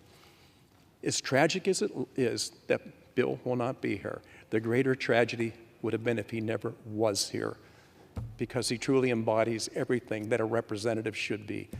Solid as a rock all the time. So having said that, I'm going to yield now to my good friend, Mr. Neal, to talk about our good friend and remember a little bit about those hours and minutes and times that we spent together. So, Mr. Neal, please. Let me thank the gentleman, Madam Speaker, from Pennsylvania, Mr. Kelly, for doing this and helping bring us along this evening. There is nobody that went at it with Mr. Kelly more vigorously in the Ways and Means Committee than Bill Pascrell. And after the battle, the ensuing argument, we'd be out to dinner that night, and Bill would have a drink, and he'd say, you know, Kelly's all right. I like Kelly. And I think that's the way he saw the Ways and Means Committee, and in fact, the way he saw the world. And this special order is in honor of our very important colleague. So we rise tonight in honor of Bill Pascrell. And by the way, Mike, calling him Bill Patterson, that's appropriate. Anybody who's ever been to Patterson, they were just like him. Nobody talked softly. I was there 2 or 3 times. Everybody yelled. And I thought, well, that's the order of the day. That's the way they discuss issues there. And he was from Patterson. I remember when he jumped out of his seat when the Secretary General of NATO mentioned Patterson, New Jersey. That's exactly who he was. If you came to Paterson, you had to visit the sites where Alexander Hamilton. Even though we were doubtful that he had been to all those sites, Bill said he was, so we went to visit. Humorous moments. After he came back with a pretty bad diagnosis a couple of years ago from a doctor, he said, they told me to stop smoking cigars. A couple of nights later, I saw him smoking a cigar, and I said, Billy, I thought the doctor told you to stop smoking cigars. To which he said he did. He died. And you can't make it up here with these people that come to Congress, and that's the joy of being here in a representative democracy. I worked with him for 16 years on the committee and for 25 years in this House. He was in so many ways a reflection of the heart of this committee and this institution that we revere. In the end, he was beloved by all. He was a regular American, Army veteran, graduate of Fordham University, who represented the good people of Paterson, New Jersey. He spoke their language and he fought day after day to better their lives. Only I could hear him say to me, I'm in the toughest political race of my life. And I said, a couple of days after the election, what was your vote total? Well, I only got 82%. That was him. I admired very much how he leaned into difficult conversations and complicated issues. And you could depend on him for saying what was on his mind every day. As I said in the Washington Post obituary, nobody ever walked away from Bill Pascrell and said, I think he's undecided. He brought a fierce advocacy to what he did. He was fueled by what he believed was his God-given purpose, and he was a man of great faith. The righteous fight of doing right for loved ones, constituents, country, and family was part of his DNA. He always fought for fairness. He had the back of the little guy in America. When he set his eye on something, he was relentless, as difficult with Democrats as he could be with Republicans. People quaked when he took over as Democratic leader of the Subcommittee on Oversight, because you knew you could be in for a difficult day. He took that responsibility quite earnestly. He called balls and strikes, and as I said, never once undecided. When I had the privilege of visiting him in Paterson, I got the full Pascrell special. Police escorts, firefighters lining up to share a drink with him, and a lot of characters along the way. He certainly was, as we often say, one of a kind, but beloved as only he could be. I send our deepest condolences to Elsie, his sons, their families, his constituents, and his staff, who are among the most dedicated I've ever noted on Capitol Hill. And many of his staff are with us this evening, and I noticed that his chief, Ben Rich, is here. And Ben, you've been ensured a place in heaven after working for him for 25 years, I can tell you that. And I know that there are others in the gallery as well, but your service to your boss should warrant the same standing that he offered to all of you. So thanks for sharing this treasure with the Congress and the nation, and I hope that he will rest peacefully, because I'm sure he's watching and listening to every word saying, well, Neil could have said this or Neil could have said that, because he was pretty good at not only critiquing, as I said, Republicans, but he reserved time for Democrats too. Billy, we miss you. We're going to see you along the way. Paterson lost a great man and America lost a great friend. Thanks, Madam Speaker, and I yield back my time. Now recognize the Chairman of Ways and Means, Mr. Jason Smith, for 4 minutes. Thank you, Mr. Kelly. Thank you, Madam Speaker. I rise today to join my colleagues in remembering the life and legacy of our good friend, our colleague, Mr. Pascrell.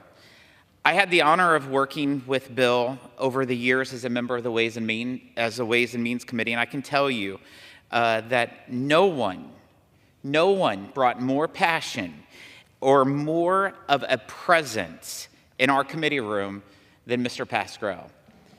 Anyone who has been on the right side or the wrong side of a point of view or opinion that Bill had knows what a tireless advocate he was for the communities that he represented. His life was dedicated to service from his time in the New Jersey General Assembly to mayor of his hometown of Paterson, to a senior member of this House of Representatives. While he and I certainly did not always see eye to eye on a lot of the policy debates, we had in the Ways and Means Committee or here on the floor of the House, Bill was not shy about or afraid of working across the aisle to find common cause. I know I speak for the entire Ways and Means Committee when I say that Bill will be profoundly missed, not just for his passion and friendship, but for his knowledge of the issues. Our thoughts and prayers go out to Bill's family and his staff during this difficult time. His service to this nation, his passion and commitment to those he served will continue to be an example for us all. I yield back.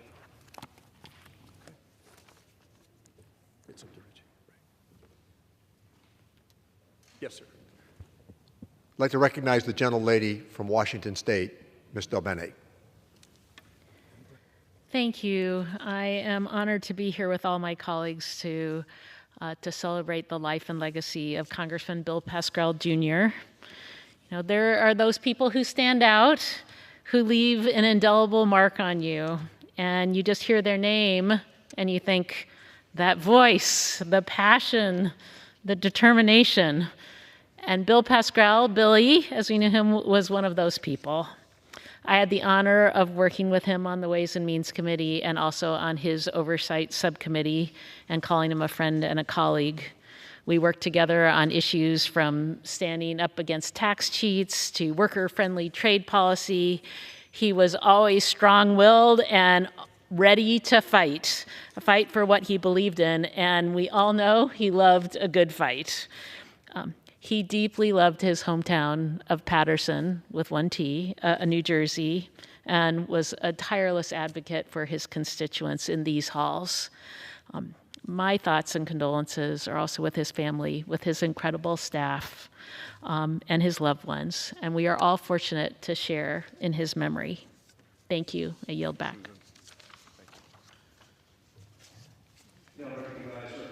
Winstrup from Ohio for 3 minutes. Mr. Winstrup.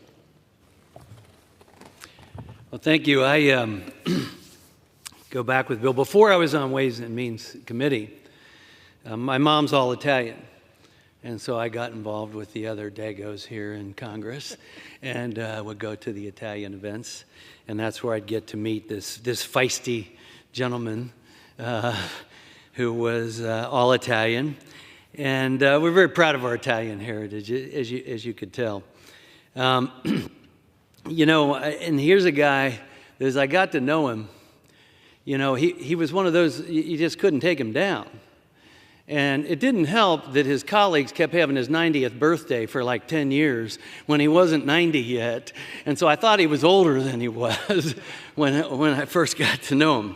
But he was up there. He was up there. And I figured by that age, you know, this guy, he just keeps on going. I mean, he must be immune to everything at this time. So certainly we were all shocked and saddened when we lost Bill Pascrell. You know, I would hear him pontificating a lot of times, and the chair would often go, "Gentleman's time has expired." He didn't hear it. Yeah. If he did, he ignored it. But he always had something to say. And you know, you could disagree with whatever he had to say out there, and sometimes you disagree in the chamber. Other times, though, you get in the back. Nothing's bitter. You have your conversation. And that's why I considered him a true friend, because you could disagree without any personal anger. And that's one of the things I loved about him. And no matter what the political difference, it could be discussed in the back room for sure. We have a common love for our Italian heritage, for sure. You know, I don't do it as much as my forefathers from Italy, but you talk with your hands and you point with your fingers. And I was glad I knew that when I first got on Ways and Means Committee, because he was doing that a lot. And I took no offense to it, because I got it. I know how it works. And you know, both of us, with our Italian heritage, I know that we're both more proud as Americans than anything else, but proud of our heritage as well. But I do want to tell a story. We didn't always disagree, right? We agreed a lot. And I remember one time I had just stated something, and he followed me. And he said, "I'd like to associate myself with the words of the doctor from Ohio." And I went up to him afterwards. I said, "Bill, you just got me a primary. Thanks a lot." Anyway, I really consider him a true friend, in agreement and in disagreement, proud to have served with this great American with a long history of being a great American. And as a proud Italian, I'm glad to have served with this other Italian American. Yield back. Madam Speaker, let me recognize the gentleman from California, Mike Thompson. Madam Speaker, there's been many great women and men who've served in this Congress, walked these halls, and cast votes on this floor. But today we're here to reflect on the life and the service of one of those great members, Bill Pascrell. I've had the honor of serving with Bill on the Ways and Means Committee for the 15 years that he served on the committee. And he served most recently as the ranking member of the Subcommittee on Trade. And he always served with incredible passion. In every debate, markup, hearing, and vote, Bill never backed down from doing what he knew was right and what he knew was fair. In his nearly 3 decades in Congress, law enforcement and firefighters didn't have a better friend, and his constituents couldn't have asked for a better fighter working every day for them. For Bill, there was no adversary too powerful to challenge. There was no wrong too small to right. When he took on an issue, he left it all on the field. He brought 110% to the arena. Bill was a great husband, father, an Army veteran, and a school teacher. He loved baseball, and he absolutely loved his Italian heritage. And of course, Bill was a lifelong Pattersonian. I have a Navy shipyard in my old district, and we had a Navy ship come in for repairs, and I stopped by to visit with the troops, and the captain of that ship was impressed. He said, "You're the second member of Congress that I've met." He said, "The first one," he said, "was my hometown congressman." And what a great guy. And I said, "Where are you from?" He said, "Paterson, New Jersey." I said, "Bill Pascrell." He said, "Absolutely." He said, "He was wonderful. The entire community loved him." And they loved him for a long time. A number of my colleagues have mentioned that he served for a long time, and we were all amazed by the tenaciousness and the stay with it that Bill had. And I can tell you why. Because many times on the floor he would come to me and say, "I learned about a new wine this weekend. What do you know about?" And he'd tell me the name of the winery. So just case in point here, those long, strong years, it's good to know that a good glass of wine will keep you healthy for a long time. Well, to Bill's wife and his 3 kids and his 6 grandchildren, we all have a huge thank you to you for sharing Bill with us and with the country that he loves so much. And Ben, to you and to the rest of Bill's team, thank you for what you did. And you are so lucky to have been able to share that time with just a great guy. And Bill, thank you for your fierce commitment to public service. You're dearly missed. Madam Speaker, I yield back the balance of my time. Chairman New, I'm going to yield to you. Thanks, Mike. Let me yield to the gentleman and probably one of Bill's best friends in all of Congress, the gentleman from Hartford, Connecticut, John Larson. Thank you, Rich. I want to thank you for putting this together. And Mr. Kelly, you know how much he loved you, and I think it's a great tribute. I want to start by saying that we're having a planning meeting because we're going to do a longer memorial, and I want to thank Mr. Neal again and Mr. Smith for, we hope to do it in the Ways and Means Committee room and talk about his legislation and his work that is in and of itself a pretty good list and legacy to be remembered by.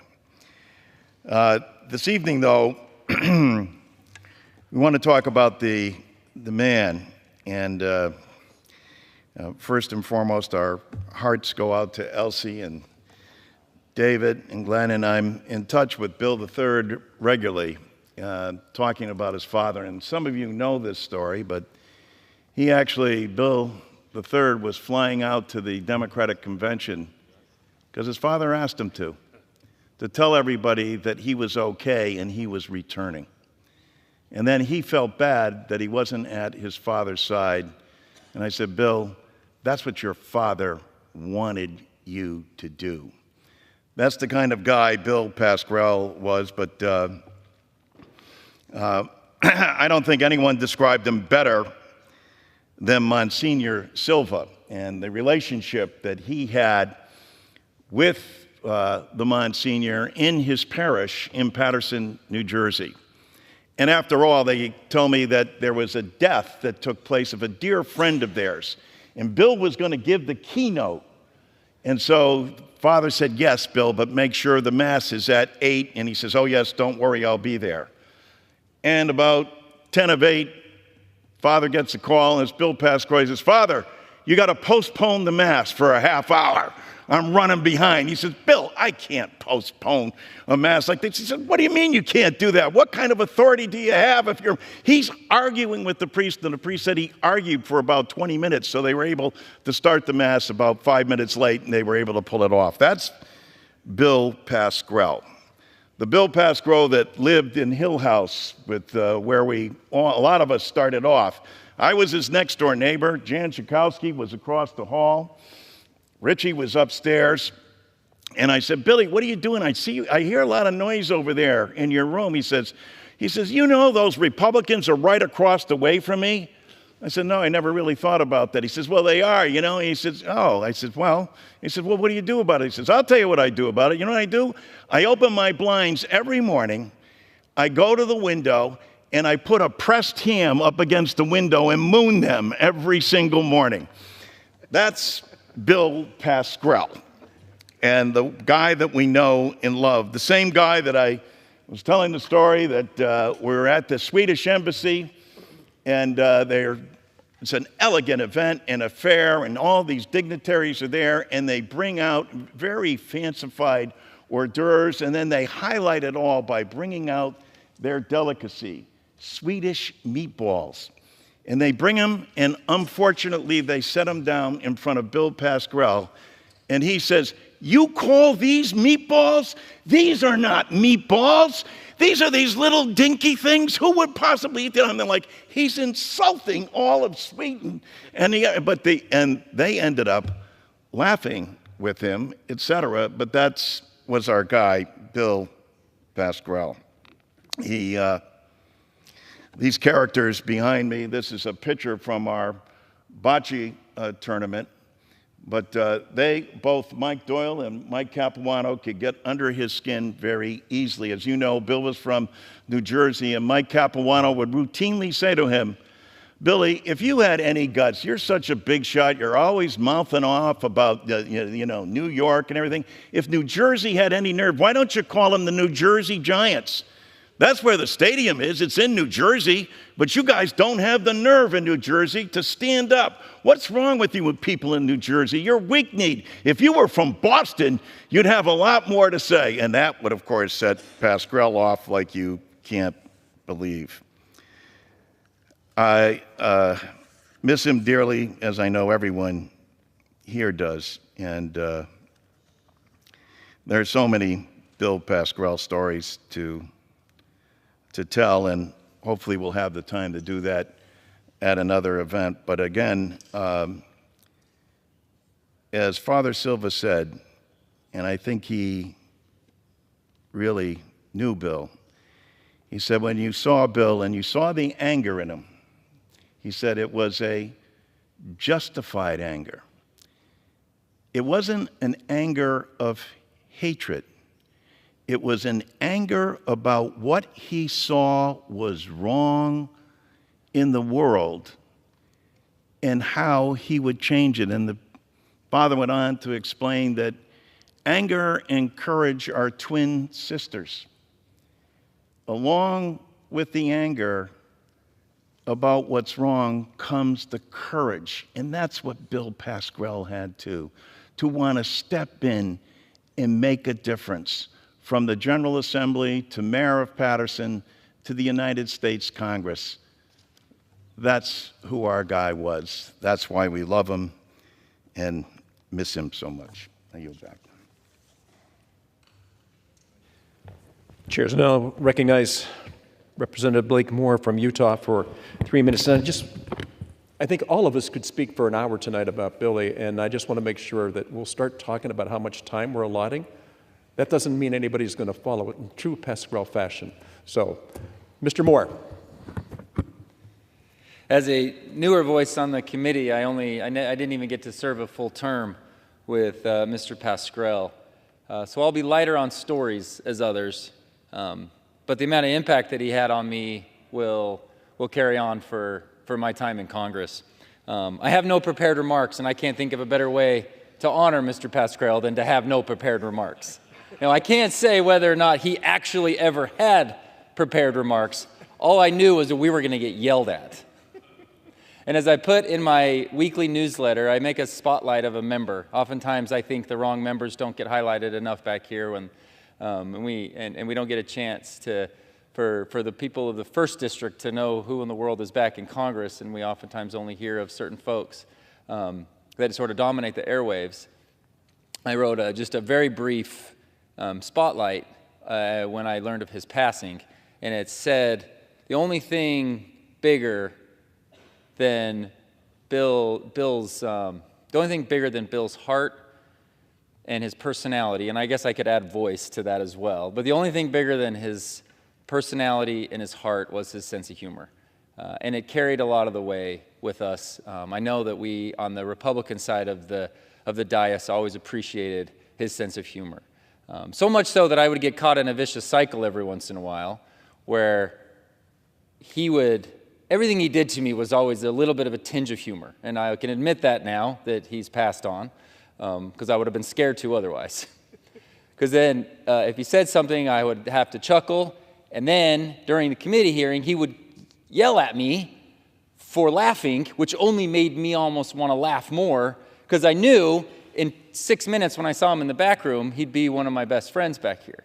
I knew that was the way that he reacted. But it didn't mean he wasn't serious about his issues.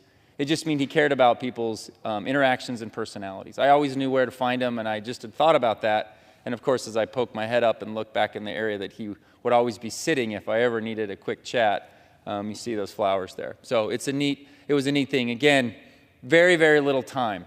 But what I do know that I think is important to recognize about this place that needs more of, the gentleman that addressed us just recently from Connecticut, you could tell he was his best friend. And that was just mentioned about him, and I assumed that was always the case.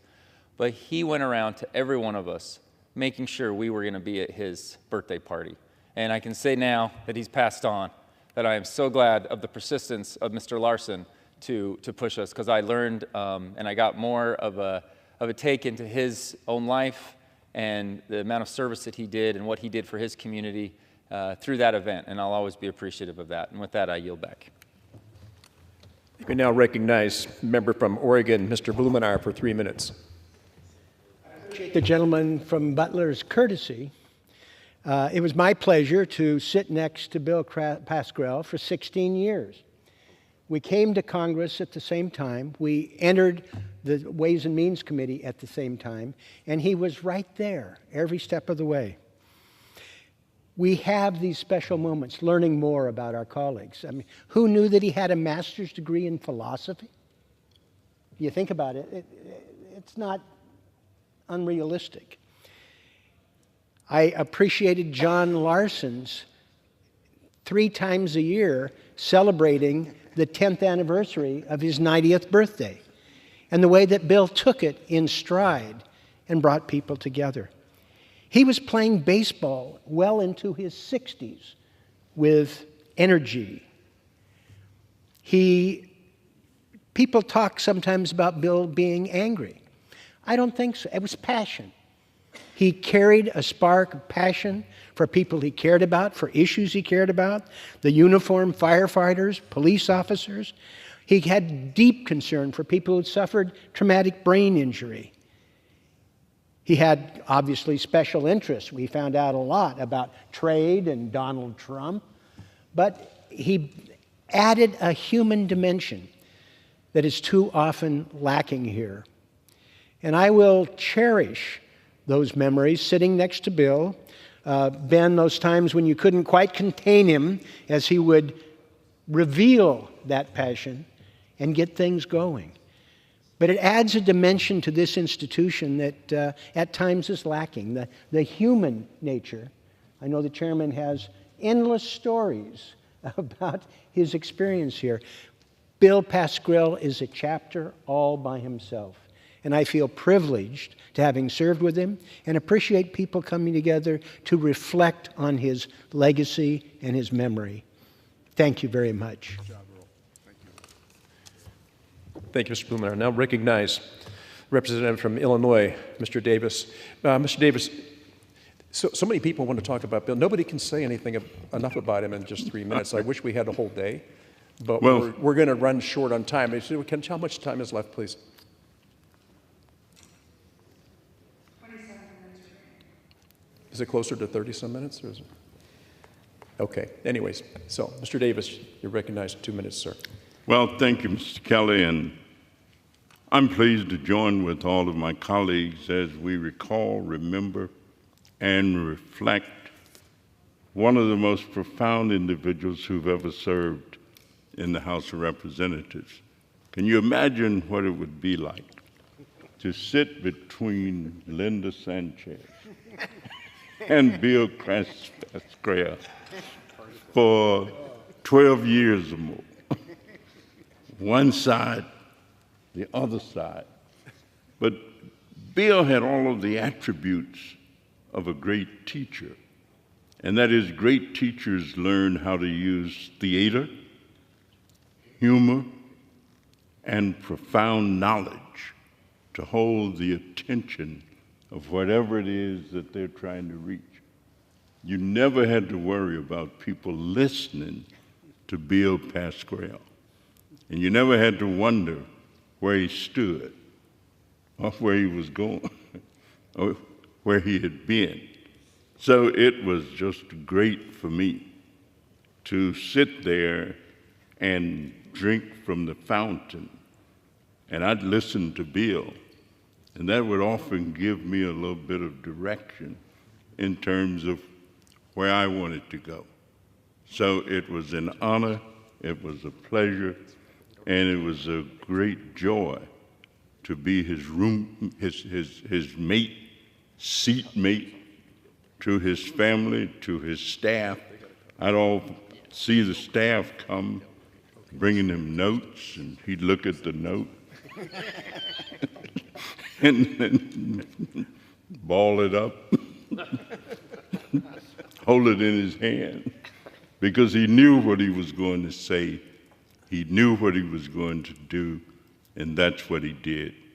Great guy, great pal, Bill Pascrell. Thanks, Danny.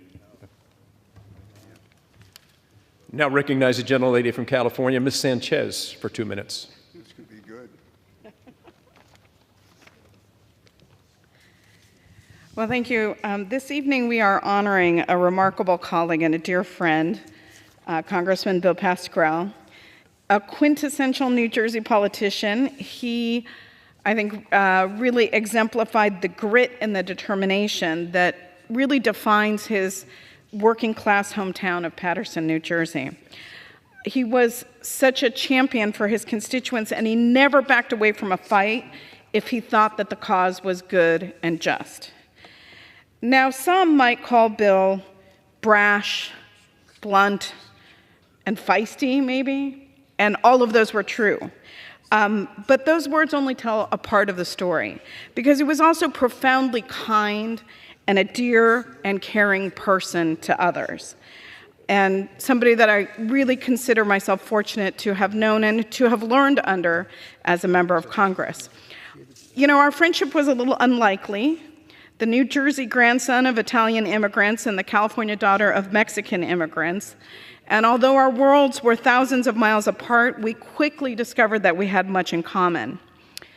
Bill and I most famously bonded over our love of baseball. He participated in the congressional baseball game every year that he was in office, either as a player or later as a coach. And every year you could find him in the dugout or prowling the first base line in his trademark Fordham jersey, baseball jersey. He was our batting coach, and his batting tips were legendary. Hit the back of the ball, guys, hit the back of the ball. Now, none of us really knew what that meant, but we all tried. It's only fitting that one of the last times that I saw him was at this year's game. He was in the dugout helping me coach our team, which was exactly where he wanted to be. And I know that our dugout is going to be a little emptier next year without Silky there to fill that void. But baseball is really only where our friendship began. Shortly after I joined the Ways and Means Committee, I moved up and got to sit near to him. As Mr. Davis said, Billy was 2 seats up. And for years, I had a front row seat to seeing him fight tirelessly for working class people. Now, Bill could work himself up into a lather.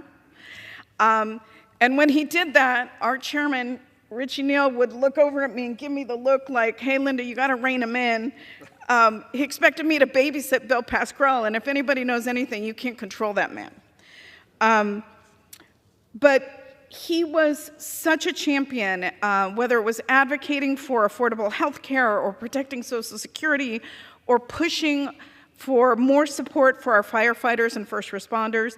Bill never lost sight of where he came from or why he was there and why he served. Few people can really match his legacy of public service. He was a sergeant, a teacher, an assemblyman, a mayor, and a congressman. And his life, I think, is a real testament to the difference that one person can make when they're driven by a deep sense of community and compassion. So as we remember Congressman Pascrell, let's honor his legacy by continuing to fight for the values that he championed: justice, equity, and an unwavering support for those who need it the most. He will be sorely missed.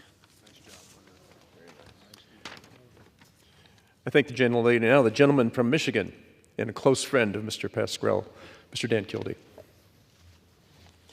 Danny, if you can, and just in courtesy, there's so many of you guys that want to speak. And I mean, honestly, Richie, we could be here all week and never get enough said. And we're not really clocking it the way we should. And I'm taking up too much time right now. I want all of you to get a chance to talk. So, Mr. Kildee. Thank you, Mr. Kelly, and I'll be uncharacteristically brief. You know, this is tough. We all come here to do the hard work of representing our districts, and I don't think a lot of folks understand that one of the things that makes this often difficult job tolerable in some ways and actually and sometimes even enjoyable are the relationships that we develop with one another. It doesn't mean we agree on everything. When I first got here 12 years ago, I got to know Billy right away because I was a member of that baseball team.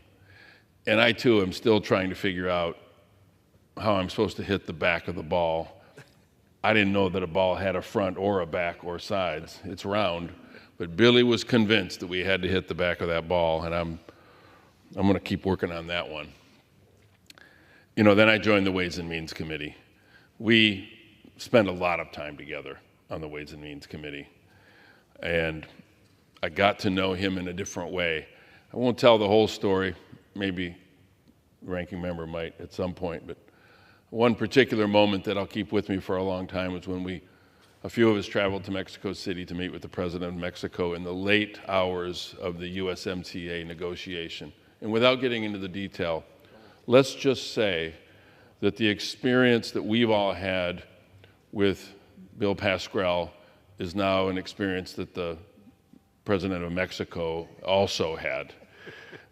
It was a moment to watch. And I'll keep that with me for as long as I go. I'm glad that I was able to spend so much time with him at the Dem Club. I must have had, I don't know how many 100 dinners with Billy, often hoping there'd be a handful of other members around. But on those few occasions when I showed up and it was just Bill sitting there and I was able to sit with him and have a drink or two and enjoy dinner with him, I got to know him. And then lastly, I guess the real testament of his goodness. Earlier this year, my family suffered a terrible tragedy. Bill Pascrell called me in those early days. He called me every single day. I'm sure he pulled out that flip phone and dialed my number and called me every day just to check on me. And he said to me, and I have one of those voicemails where he said, "Danny, whatever you need," and I mean it. And I know he meant it. He was a friend. He was a colleague. He was a fighter for his people. He was a poet. I hope someday we publish some of that poetry. He was just a good guy, and I really will miss him. I yield back. Thank you. Now recognize the gentleman from Arizona, Mr. Swikert, for 2 minutes. I may have a slightly different experience. Bill was my senior Democrat for my subcommittee. And you actually could not stop yourself from at least liking him because he was just brutally honest with you. David, really think that's stupid. Or on occasion, which was actually joyful, David, we can make that work. And why this is important is so often, particularly in Ways and Means Committee, which I still believe is culturally a unique committee, we're tough on each other, but I think actually we're sort of intellectually fair. A number of the oversight hearings we've had, even this year, they weren't adversarial. And for something that was important, I want to make sure I say it before I ramble on too much. Bill's staff really should get some special kudos. Because even when you could tell he wasn't feeling well, when he was sort of in angst, his staff did a remarkable way of keeping an eye out from him, keeping him ready to go, because you always knew, no matter what you said, he had an answer to it. It was really a neat experience, because this is the first time I've chaired something in Ways and Means, to have my counterpart with someone with that history who was tough as nails on me. And when he thought I was doing something fair for working men and women, he was all in with you. He wanted to move forward. When he wasn't happy with it, what's the right? Oh yeah, he would beat the crap out of you. And actually, in a weird way, he epitomized what, in my mind, the classic defender of working class Americans. He is the image I have in my head, because that's what he was. And with that, I yield back. Now recognize the gentleman from Illinois, Mr. Snyder, for 2 minutes. Thank you. We're gathered tonight as a Ways and Means family to honor the memory of our friend and our colleague, Bill Pascrell. Bill was a giant. He was a fighter. He was a champion. He was a mentor. He was our friend. He cared about each and every one of us just as he cared about each and every one of his constituents. What we know about Bill is that he's caring, he's passionate, he's tenacious, he's funny, he's tough, he's honest, he's sometimes loud, but he's always, always beloved. Bill loved his own hometown of Paterson, New Jersey, Paterson with one T. He loved the people he represented. He loved this house, the House, not so much the Senate. And he loved every one of us, and we loved him. In his absence, I suspect we are likely to ask a question that not one of us ever had to ask while he was alive. We will find ourselves asking, I wonder what Bill Pascrell would think about this. Bill always spoke his mind, and he always spoke his heart.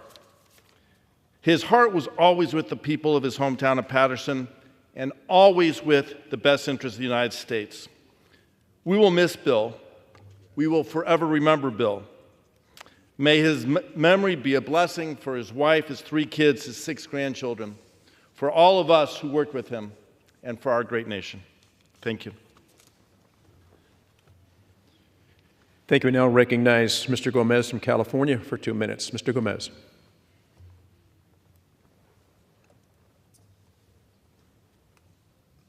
Thank you. I just want to rise in memory of Bill Pascrell. When we talk about the People's House, he epitomized that saying, that the idea that anybody from any part of our country could rise up to represent their community, their constituents, in a way that does honor to them, but also to the idea of we the people, that the consent is earned from the governed. And Billy was the epitome of that idea.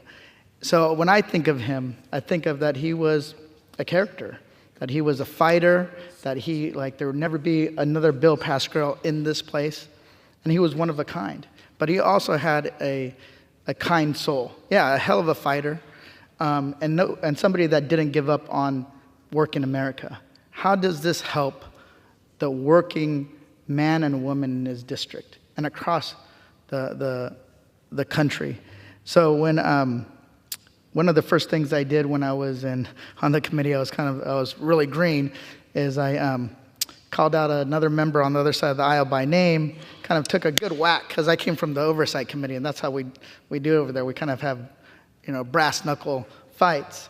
I was asked, which kind of broke decorum a little bit, and I was asked to make amends with the other gentleman, which I did. But when I left a few days after that incident, Billy goes, "You did a great job in that hearing."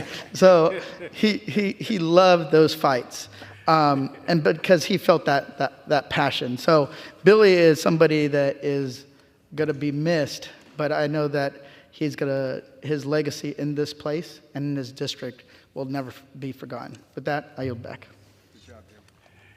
Thank you. Now recognize the representative from Philadelphia, Mr. Boyle, for 2 minutes.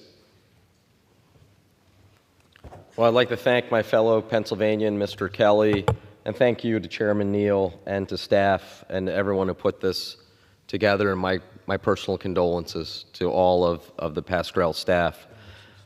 This has truly been a wonderful evening, and for anyone who may be at home watching on C-SPAN, I hope it gives you actually a taste of a part of the House of Representatives culture that you may not see, and you certainly don't see on cable TV news.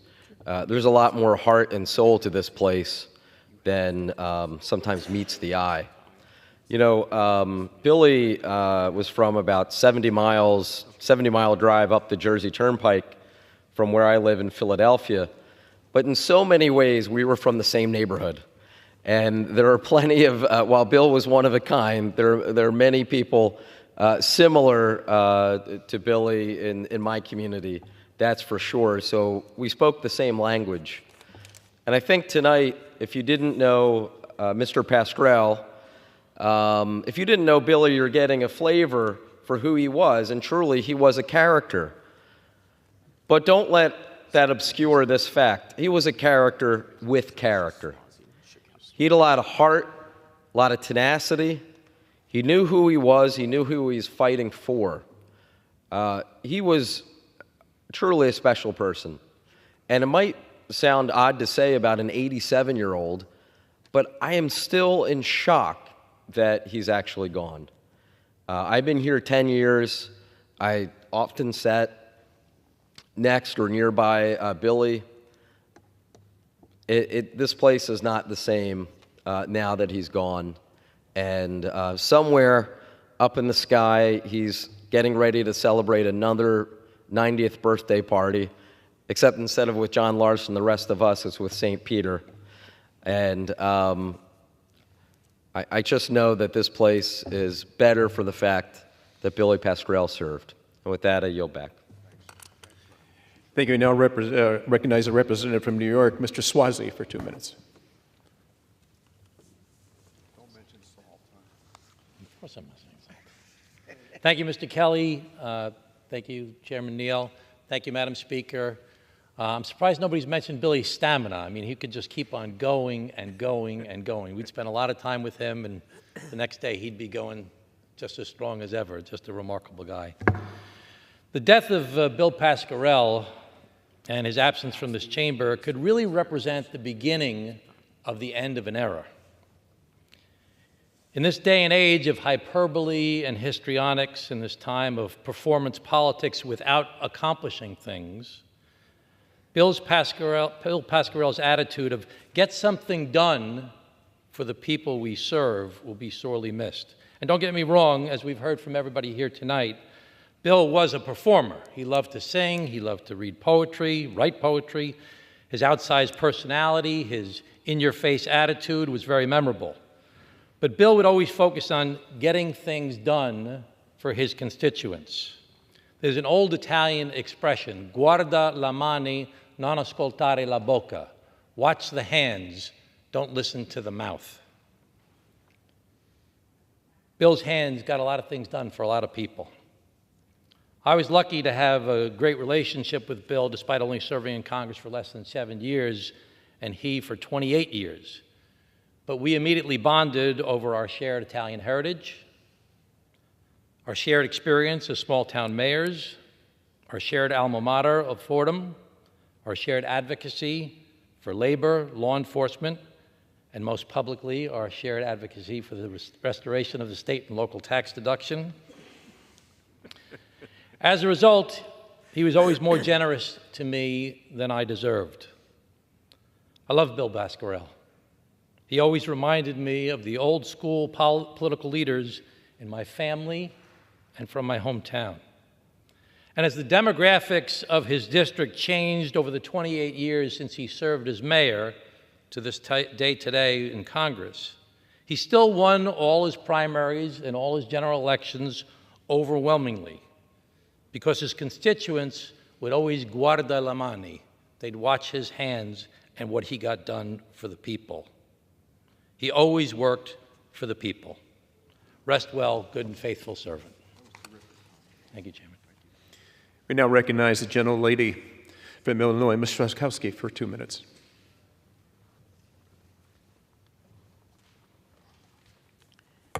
Thank you so much for the privilege of saying a few words of Bill Pascrell. I love Bill Pascrell. I say that in the present tense because every time I think of him, he makes me smile. Not because he was a funny guy. Oh no, he was serious, he was intense. But he is the most honest and I'm going to have to say he did not have a phony bone in his body. I was a neighbor of him at Hill House, and I would see him sometimes coming and going. One time, when John Larson and I knocked on his door, he opened that door, and I guess to describe what he was wearing or not wearing, I'll say shorts. But he didn't flinch. I didn't flinch.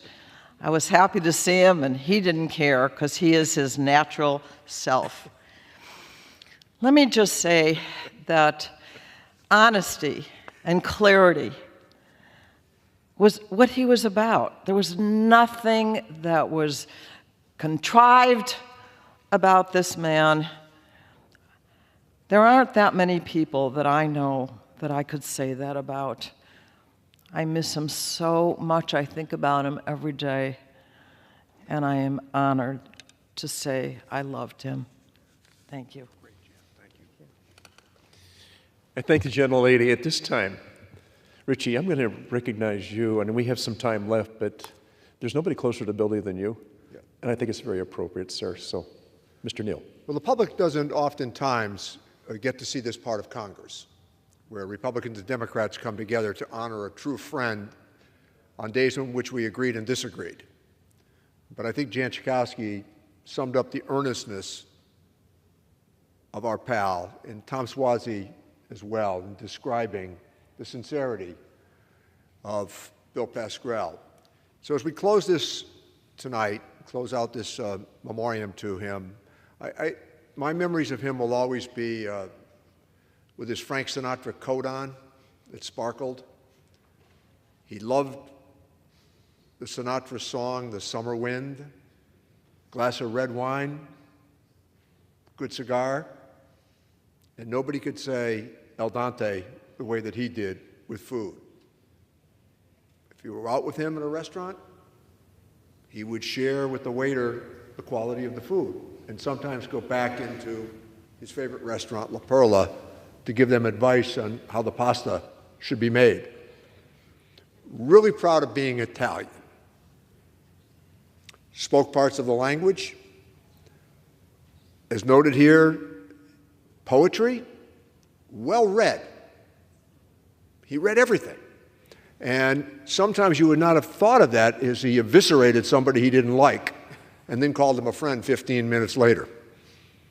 And I call attention because I do think that during my time here in the Congress, there are fewer people like Bill Pascrell. And I think we can lament that as a fact. I think that there was nothing about him that was performative. There was nothing about him that was theater, and he never thought that for 1 minute his job was to entertain the American people.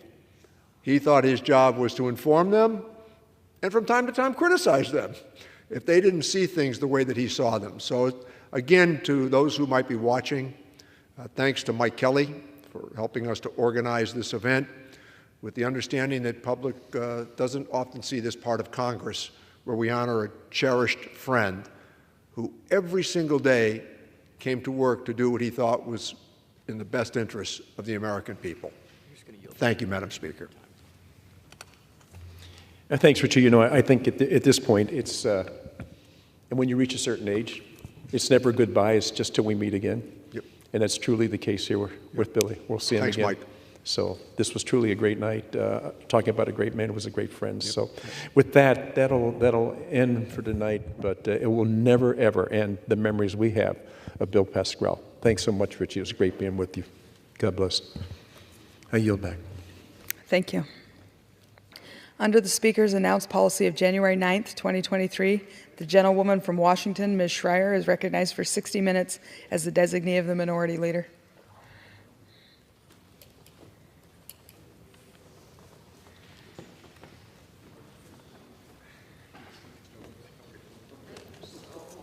All right. Are you doing this? All right. First, is that true? Thank you, Madam Speaker. Madam Speaker, I'm honored to be here, and I want to ask for unanimous consent that all members may have 5 legislative days in which to revise and extend their remarks and to submit extraneous material into the record. Without objection. Thank you, Madam Speaker. And I just want to say that I'm really honored to be here today. This is an important topic, wildfires, our firefighters, how noble they are, how much support they need, how grateful we are to them. And so we're devoting this hour to the topic of wildfires. So let me just start by thanking our brave firefighters and first responders for the work they do to keep us safe in all sorts of emergencies. The last few years in Washington state, and frankly the whole west of the United States, have shown that as climate change accelerates, making for hotter days and weakened trees in overcrowded forests, so does the risk of catastrophic wildfires. And all across the West, we are seeing wildfires that have grown in intensity and frequency. And our state has some of the highest risk, what we call fire sheds, in the entire country. We have all felt the impact of wildfires through the damage they've caused in our communities, the smoke in the air that we all breathe and choke on every summer, and for some of us, our homes. And this is especially true in places like Stehekin and Lake Chelan, where the Pioneer Fire just burnt for months in my district, threatening an entire community, causing evacuations. And I am so grateful to the firefighters on the ground in Lake Chelan who worked tirelessly and put themselves at risk to stop the spread of this devastating fire wherever they could and to protect the residents who needed to be evacuated. Now, because wildfires are an ever-increasing threat, I've worked in Congress with members of both parties to address this issue. I want to talk about a couple examples. In Congress, I'm proud to have recently introduced the National Prescribed Fire Act. And I introduced this bipartisan, bicameral bill along with Senator Ron Wyden from Oregon and David Valadao from California. This legislation would invest in hazardous fuels management, including prescribed fire, which is an effective, underutilized method of forest management that helps to reduce the risk of catastrophic fires and choking on smoke in the summer. More specifically, this bill would authorize $300 million in total for the Forest Service and the Department of the Interior to plan, prepare, and conduct prescribed burns on federal, state, and private lands. It would require the Forest Service and the Department of Interior to increase the number of acres treated each year with prescribed fire. And it would establish a $10 million collaborative program based on the successful Collaborative Forest Landscape Restoration Program to implement prescribed burns on county, state, and private land at high risk of burning in a wildfire. This bill would also establish a workforce development program at the Forest Service and Department of Interior to develop, train, and hire prescribed fire practitioners, because not all firefighters do this, and would establish employment programs for tribes, for veterans, for women, and for those formerly incarcerated. It would also require state air quality agencies to use current and often more relaxed, as in our state of Washington, federal laws and regulations to allow larger prescribed burns and give states a bit more flexibility in the winter months when there's low risk of catastrophic fire to conduct these prescribed burns that reduce the risk of choking on smoke all summer. It would also prescribe direction for setting clear standards for prescribed fire practitioner liability and studying the merits of a claims fund to aid with cross-jurisdictional wildfire prevention efforts. I've also worked on some other legislation that goes hand in hand with this. One is the Forest Data Modernization Act, and this bill simply lets us know data about our forests and which ones are at the highest risk for catastrophic fire. And I've also voted for landmark legislation, like the bipartisan infrastructure law, which incorporated many elements of the previously discussed National Prescribed Fire Act, like historic investments to remove underbrush and use prescribed fire to reduce these risks of catastrophic wildfire. As an achievement in my own district, just last year, the Kittitas County Conservation District received $10 million through these infrastructure funds. And investments like this in fire sheds like those in my district make tangible differences and allow communities throughout the 8th District to be better prepared for wildfires. But I have to say that even with these steps, wildfires are a reality now and in the future that we are going to have to grapple with. And I also want to note that in addition to doing prevention, we have a shortage of these first responders, both career and volunteer firefighters right now. They are our heroes, and we need to take care of them the way that they take care of us. And that's why I voted for several bills to increase firefighter pay and benefits, to make firefighting a year-round job, and to get grants to local fire departments so that they can hire and retain new firefighters. Now, wildfires aren't just an issue east of the Cascades in Washington state anymore. a notoriously wet state west of the Cascades. We are seeing these fires in the wet part of our state, including in Olympic National Forest, which is a rainforest. So I will continue to work with my colleagues on both sides of the aisle to push forward meaningful legislation that will keep the 8th District and the entire western United States safe. I want to thank you, and then I'm going to yield to my colleague, Mr. Carbajal, a minute and a half. He is from one of our western states, from California, and Santa Barbara has suffered some dramatic wildfires as well. Thank you. Madam Speaker, I rise today to stand with our nation's firefighters, including our federal and wildland firefighters, and to thank them for the tireless and dangerous work they are doing in California at this very moment.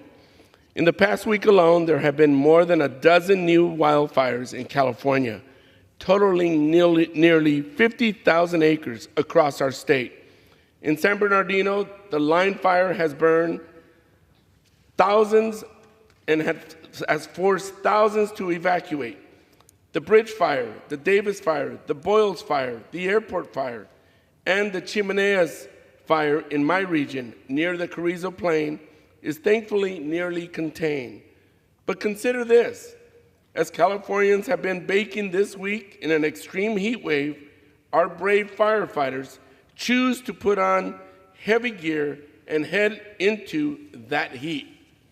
They spend these scorching months cutting down trees, digging lines, and sleeping yards away from these deadly wildfires to keep us safe. And if we don't act soon, Congress is going to thank these brave firefighters for their service with a pay cut. We took a great step in 2021 with our bipartisan infrastructure law, which provided a 50% pay raise to these heroes. But we cannot let that vital provision expire now. The Forest Service predicts that this pay cut and loss of benefits could lead to half of our federal and wildland firefighters leaving their jobs, leaving the entire American West at risk. In closing, I want to thank my friend, Assistant Leader Neguse, for hosting this critical session tonight. Our firefighters have an exceptional champion in you. Let's get this done for our heroes who put their lives on the line every single day. Madam Speaker, I yield back.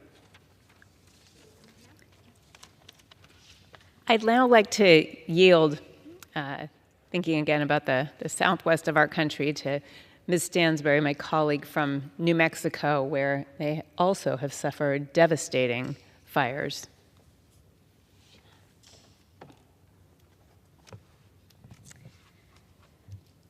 Thank you, Madam Speaker. Wildfires are devastating our communities across the country. In fact, just 3 months ago, one of the largest and most destructive fires in New Mexico history tore through Lincoln and Otero counties. Over 24,000 acres were burned, 1,400 structures were lost, over 900 homes were burned to the ground, and hundreds more were lost in devastating floods that have torn through Ruidoso and Mescalero Apache in the months since. These fires will change forever the fabric of our communities. Homes and businesses lost, millions in damages, and years of recovery to come. There is no question that climate change is here, and climate change is intensifying these fires. Their length, their intensity, their frequency, and the events that are coming in the aftermath. We must support our communities. We must support them as they recover from these devastating fires, and we must support them as they chart a future to a more resilient future. That is why I have been working with state leadership to help secure $100 million to recover from the Salt and South Fork fires, why we are fighting to make sure that our communities do not get left behind in the disaster relief funds that we must pass this session here on this House floor this month with the CR. It is why I am leading and co-sponsoring legislation for wildfire recovery and resilience, why I am leading and co-sponsoring legislation to protect and restore our watersheds, and of course to support our firefighters and first responders. It's why we're working to ensure that FEMA and Forest Service and other federal agencies are held to account and have the tools and resources they need to support our communities. And it is why my staff and all of the people in our communities who are leading are on the ground serving our communities and helping the families who've been impacted by these fires every day, because our communities and their future literally depend on it. And the time to act is now. So let's do this. And with that, I yield back. I'm so glad that my colleague, Representative Stansbury, mentioned the after effects of these wildfires, because we all think about smoke and we think about forest, but we don't think about what happens when the rain comes and the mudslides that follow that cause so much destruction as well. I'd now like to yield to my colleague from Arizona, Greg Stanton. Thank you very much, Dr. Schreier, for your leadership on this critically important issue to your state, my state of Arizona, and the entire United States of America. Also to Assistant Leader Neguse for hosting this special hour. Prolonged drought and extreme heat is causing wildfires across the West. And in my home state of Arizona, things are only getting worse. Last year, more than 150,000 acres burned in Arizona. This year, it's more than 250,000 acres, and the fire season is not yet over. This isn't and shouldn't become the new normal. But wildfires are now breaking records every year, becoming more frequent and more destructive. We need a bold approach to protect lives and livelihoods. That's why I'm proud to support the bipartisan Modernizing Wildfire Safety and Prevention Act, legislation to combat firefighter shortages, including retaining expert wildland firefighters and improve fire response time with updated technology. It also takes steps to address the public health crisis caused by wildfire smoke by establishing a nationwide real-time air quality monitoring and alert system. Containing wildfires is priority number one, but post-fire risks are incredibly dangerous as well. Burn scars after a blaze can lead to life-threatening mudslides and flooding, particularly in rural communities and on tribal lands. One Northern Arizona University study predicted devastating economic losses from post-fire flooding. Even a small fire, when coupled with a typical summer thunderstorm, could cost local and the federal government more than $500 million, and under severe weather events, up to $3 billion in evacuation costs and lost property values. That's why I worked with Congressman Doug LaMalfa from Northern California to introduce the bipartisan Wildfire Response Improvement Act. This bill will update FEMA's Fire Management Assistance Grant and help communities responding to and recovering from wildfires. Thank you very much, Dr. Schreier. I yield back. Thank you for those comments. I really appreciate that insight, Representative Stanton. And I'm now turning to Representative Torres from California, another Western state. We have a theme here. Thank you, Madam Speaker, and thank you to my colleague, Dr. Schreier, and also Assistant Leader Joe Neguse for holding this wildfire special order tonight. I rise to speak on the devastating impact that wildfires have in my district in the Inland Empire, Southern California. Right now, there are two devastating wildfires surrounding my entire district.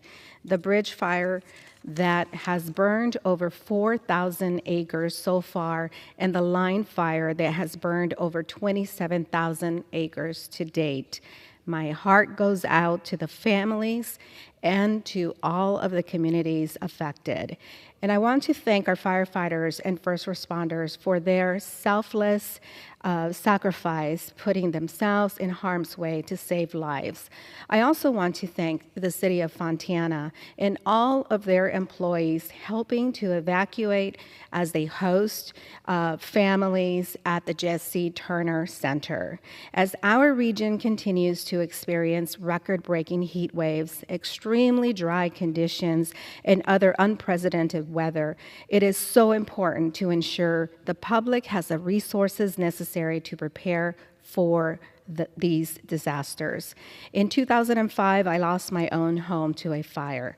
I had to live in a hotel and temporary housing for 14 months with my husband, my 3 sons, and my pets, all while running to be the mayor of my home city of Pomona. I know all too well the grave financial, physical, and emotional impacts of losing your home in a fire.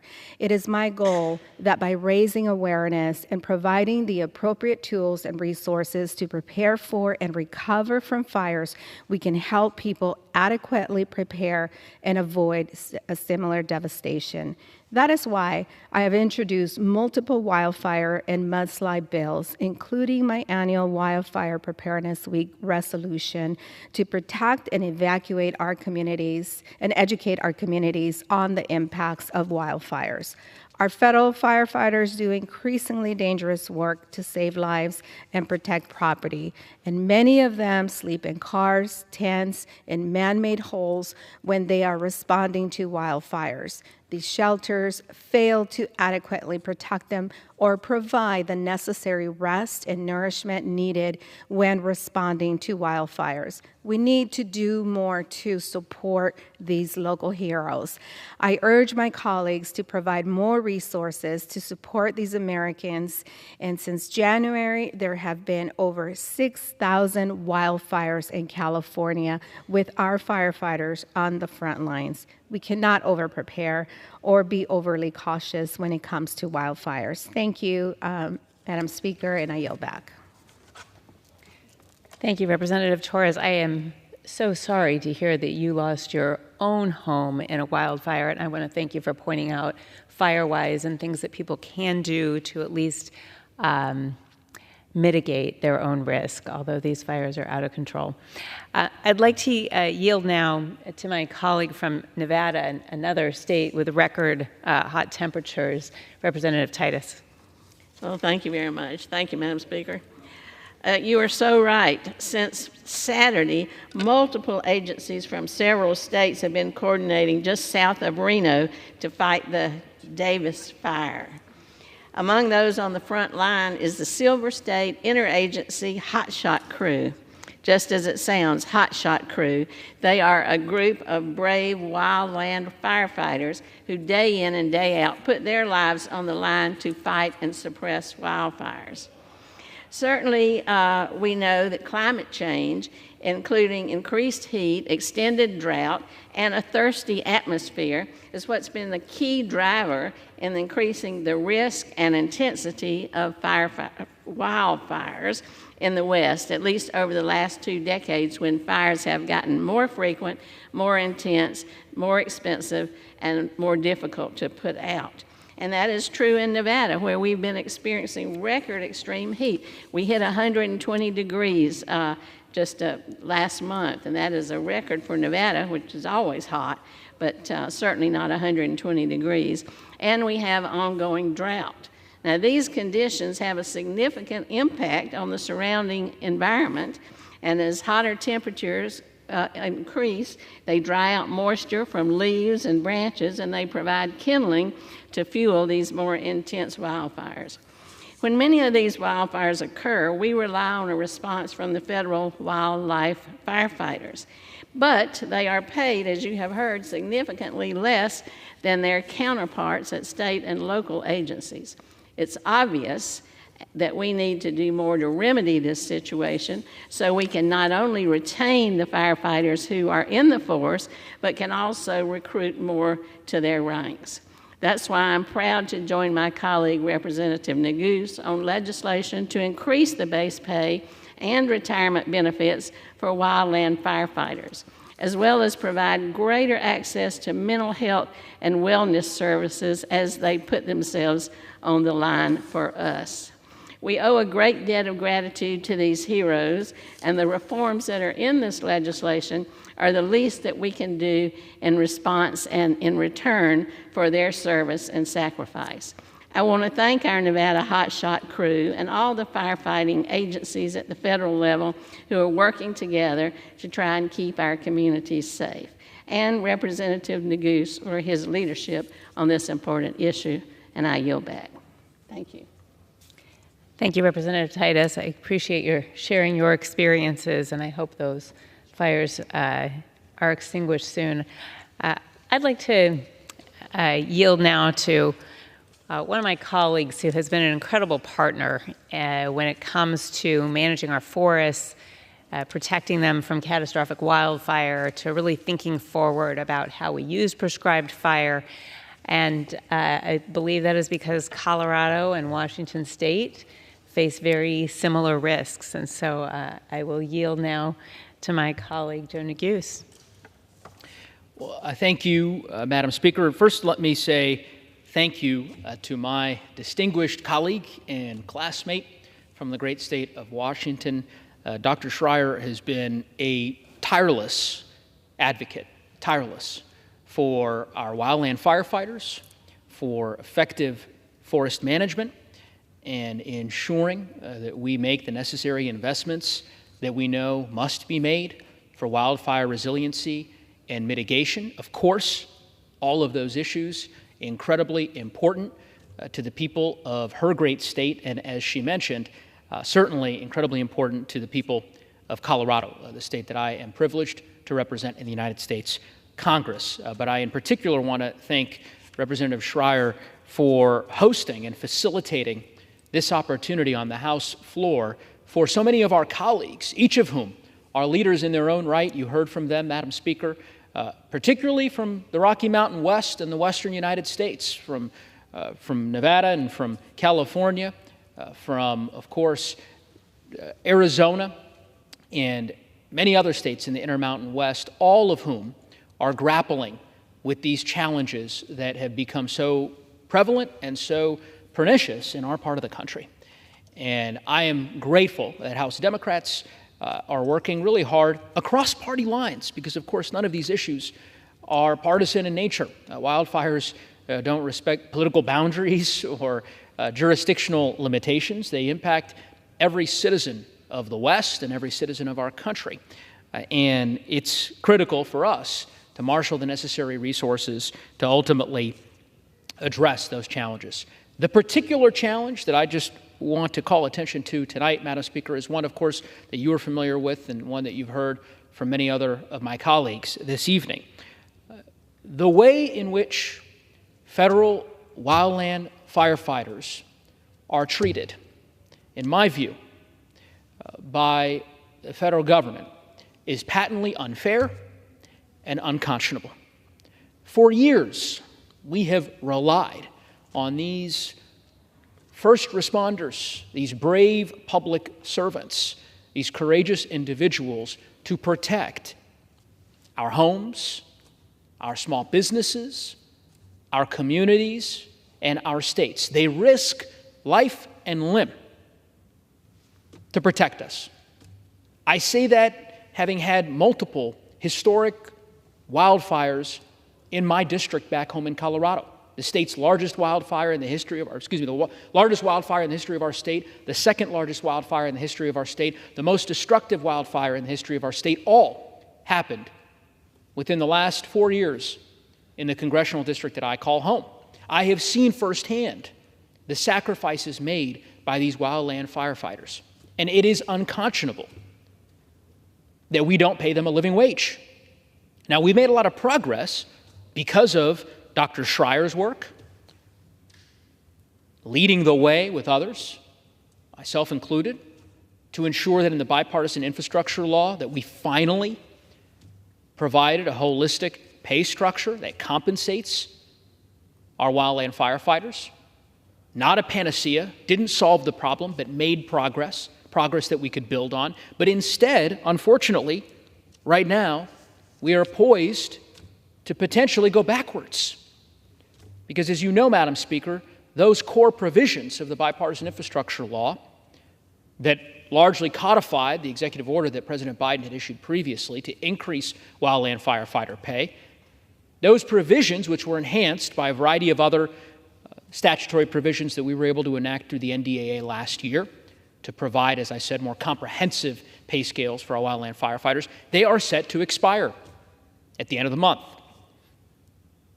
The clock is ticking, Madam Speaker, and it is incumbent upon every member of this august body to come together, work together, find common ground, and do what is right by these wildland firefighters.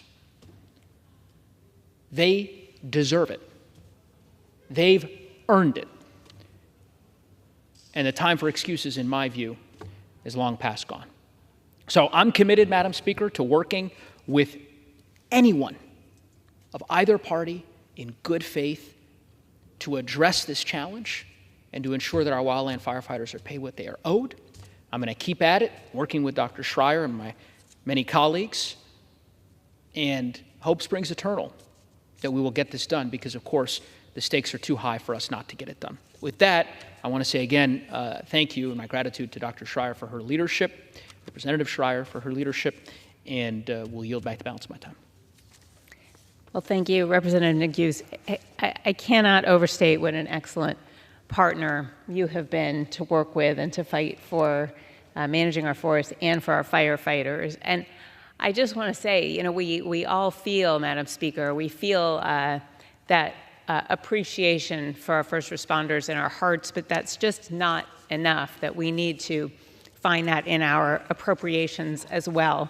Because my colleague, Mr. Neguse, just pointed out, the pay isn't high enough. These are high-risk jobs. We've turned them into year-round jobs for forest management. That's helpful. We've gotten pensions and federal benefits. That's helpful. But think about what they do. Think about what their families go through. Think about housing. How do you find housing when you don't know where the next fire is going to be and when you don't have a salary to support it?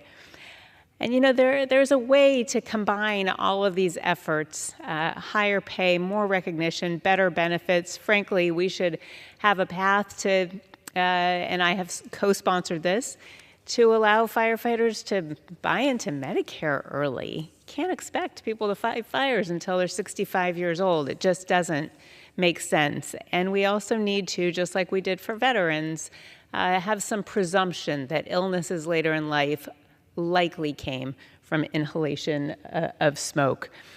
I also want to mention that there's a real need to sort of complete the cycle. Like, it's one thing to pull underbrush out, to bring small diameter trees out of our forests in order to protect the forests.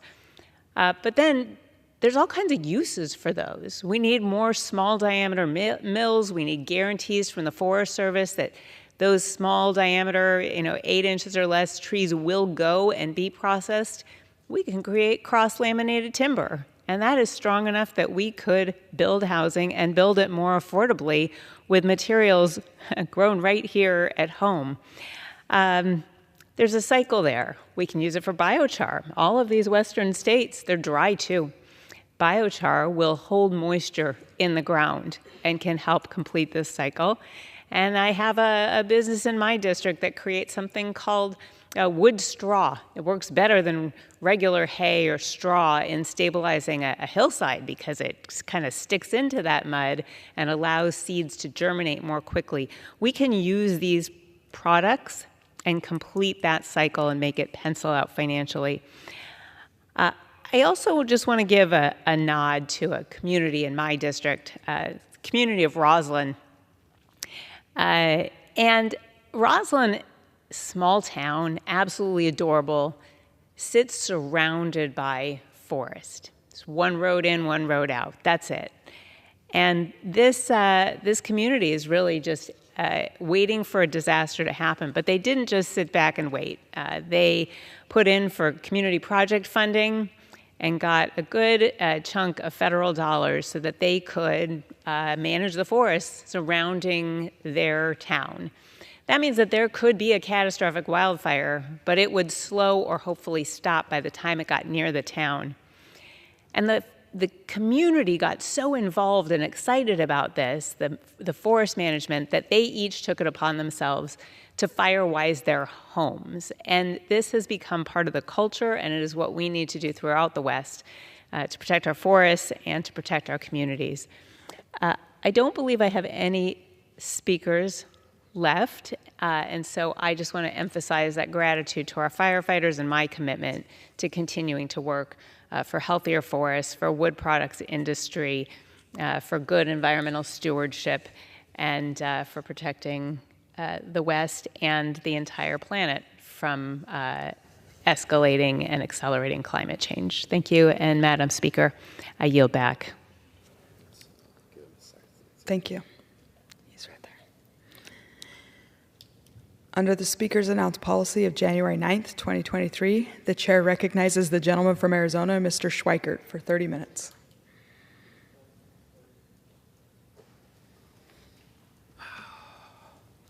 Thank you, Madam Speaker Pro Tem. I'm going to try to do something a little backwards tonight from what I've typically done. One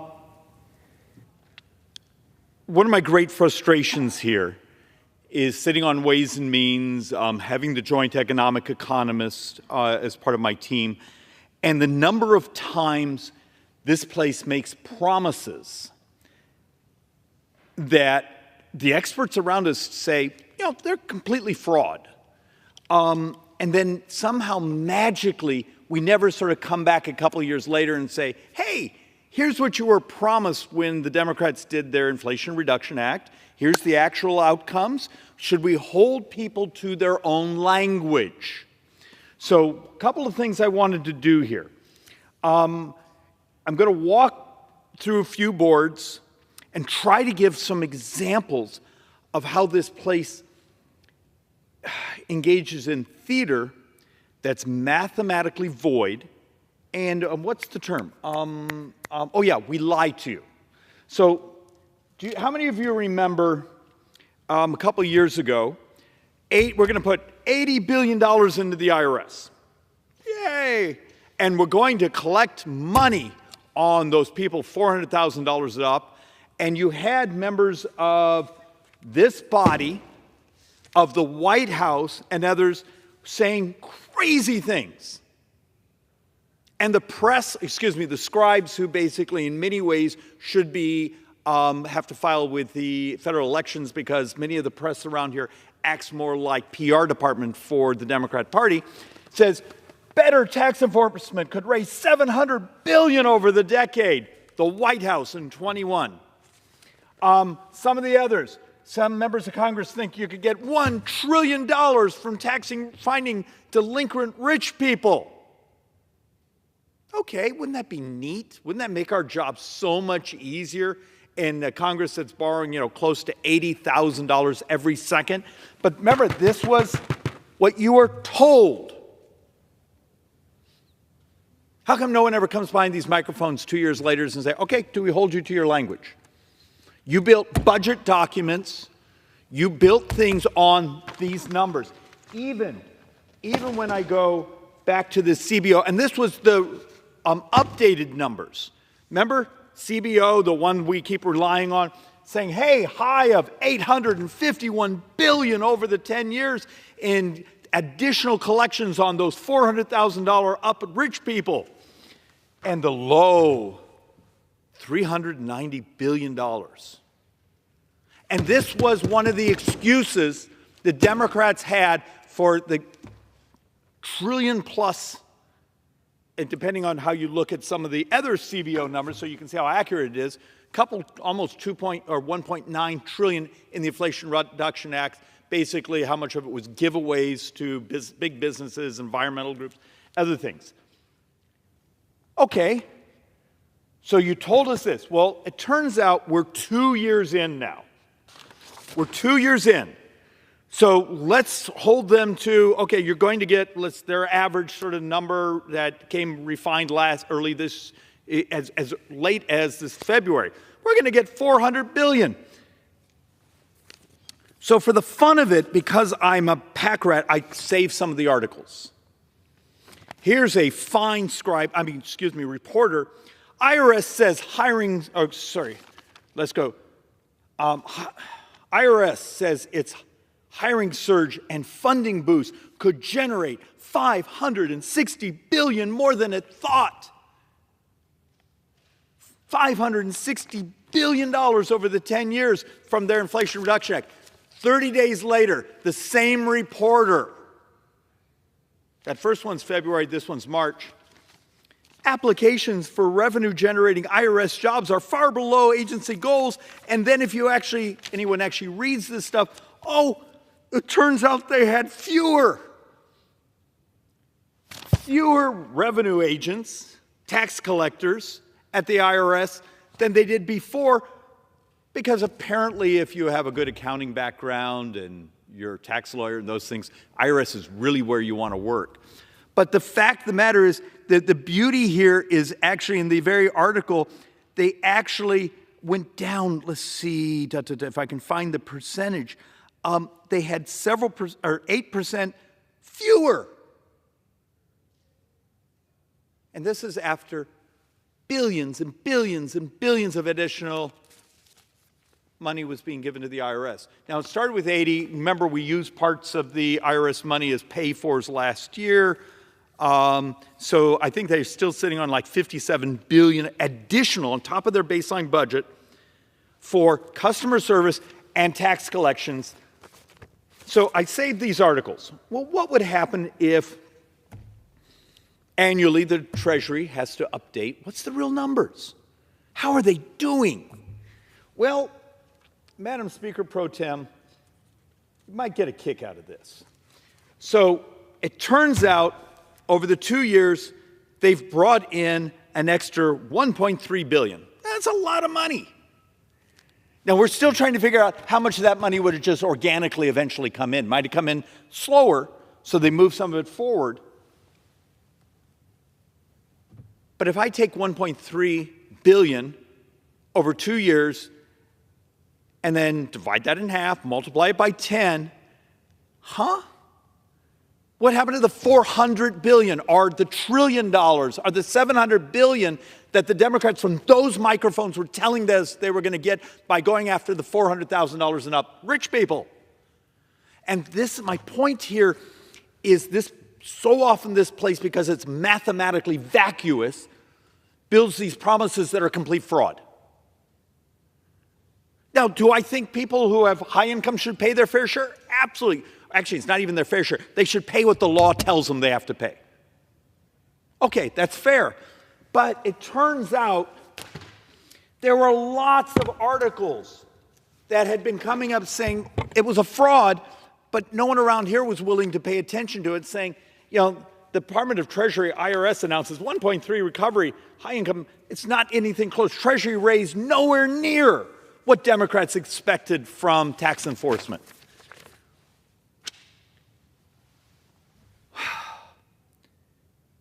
So one of the reasons I'm doing this sort of backwards is I come behind this microphone week after week after week, sort of saying, here's the scale of the debt. Here's the drivers of the debt. The drivers of the debt from today through the next 30 years are demographics. And I get screamed at when I'm home saying, David, stop telling us the truth. From today through the next 30 years, about 75% of all the debt. Remember, we're expecting in 30 years to be like 116, 120 trillion in debt. 75% of that will be functionally Medicare. And in 9, 10 years, when the Social Security Trust Fund is gone, do we backfill that and have to use general fund for it? That's math. But it doesn't have to be that way. But you can't fix things if this place keeps making crap up. And look, the other thing I found, and I'm just adding some irony to parts of this discussion, because this is way back, June 26th, so not that long ago. It turns out only 31% who called the IRS could get someone to answer the phone. We gave them billions and billions and billions to do this. Is it time to stop attacking people like me? It says it's time for a revolution using technology. The fact of the matter is, you could actually adopt the very technology saying, if I need some information, I'm going to call, and yes, I'm talking to a chat GPT, but it can stay on the phone with me. It can help me fill out my forms. It doesn't want to hang up on me. It can text me the video I need to know to how to fill it out. And the fact of the matter is, the IRS is the second most unionized agency in the federal government. They don't like the fact that technology could really improve customer service. Well, it turns out technology could actually be fairer, more accurate, and you don't run into the lowest learner problem. That's a way back, so if you don't know the name, Google it. You can audit an algorithm, you can audit AI, you can audit those things to seeing if it's being biased and chased. I can't audit a leftist IRS employee who's going after certain conservative groups. You want a fair tax system. You want an efficient tax system. They're sitting on, what is it now, $57 billion. You're 2 years in, and it's still not working. Now, look, I chair the oversight in Ways and Means. I meet with some of the IRS officials. They actually have some competent people over there. But I can't figure out what's going on when these things just aren't happening. So part of this is I want us to understand I can't fix the math if we're going to keep lying about it. So here's another article I just grabbed from Politico, and I think it was from yesterday. As part of also the Democrats' Inflation Reduction Act, which is a completely Orwellian named bill, because you've all seen the articles. It did just the opposite to the economy. It extended the inflationary period. How politics hung up a $42 billion internet build-out. Okay. Here's the thought experiment. And this, once again, when I'm done saying this, tomorrow there will be lobbyists in my office angry that I actually talked about this. Because remember, everything in Washington, D.C. is actually about the money. It is. And let's be brutally honest about it. So here's $42 billion that was supposed to help bring broadband to rural America. Okay, come with me sometime to my Navajo Nation in northern Arizona, which is bigger than some of the states back here on the East Coast. I have chapter houses. I have communities out there that have been waiting decades to get a broadband line. And yet, if you take a look, there's been millions and millions and millions and millions spent. In this case, billions were appropriated. So if I came to you and said, okay, we really, if we want to have telehealth, if we want to have digital health, if we want to have the living classrooms where, it's the greatest science teacher who's available to the entire country because you're doing it through the internet, broadband is moral, great. Is it moral waiting decades? Is it moral subsidizing and subsidizing and subsidizing? Somehow that bit of fiber, that wire never gets there. So if I came to you, because hopefully everyone around here is smart, said, we can't keep doing this, what would you do? Crazy idea. Go out to the middle of nowhere and put this little satellite dish and then a couple repeaters around that provide Wi-Fi, and guess what? 48 hours later, boom, you have broadband at a fraction of the fraction of a fraction of the fraction of the cost. And welcome to this century. Oh, we hadn't thought about that. Well, I've proposed it, and it's never going to move forward because the other side makes lots of contributions, lobbies around here, and the absurdity. But it's another example. I'm trying to burn into this place. Join this century of technology.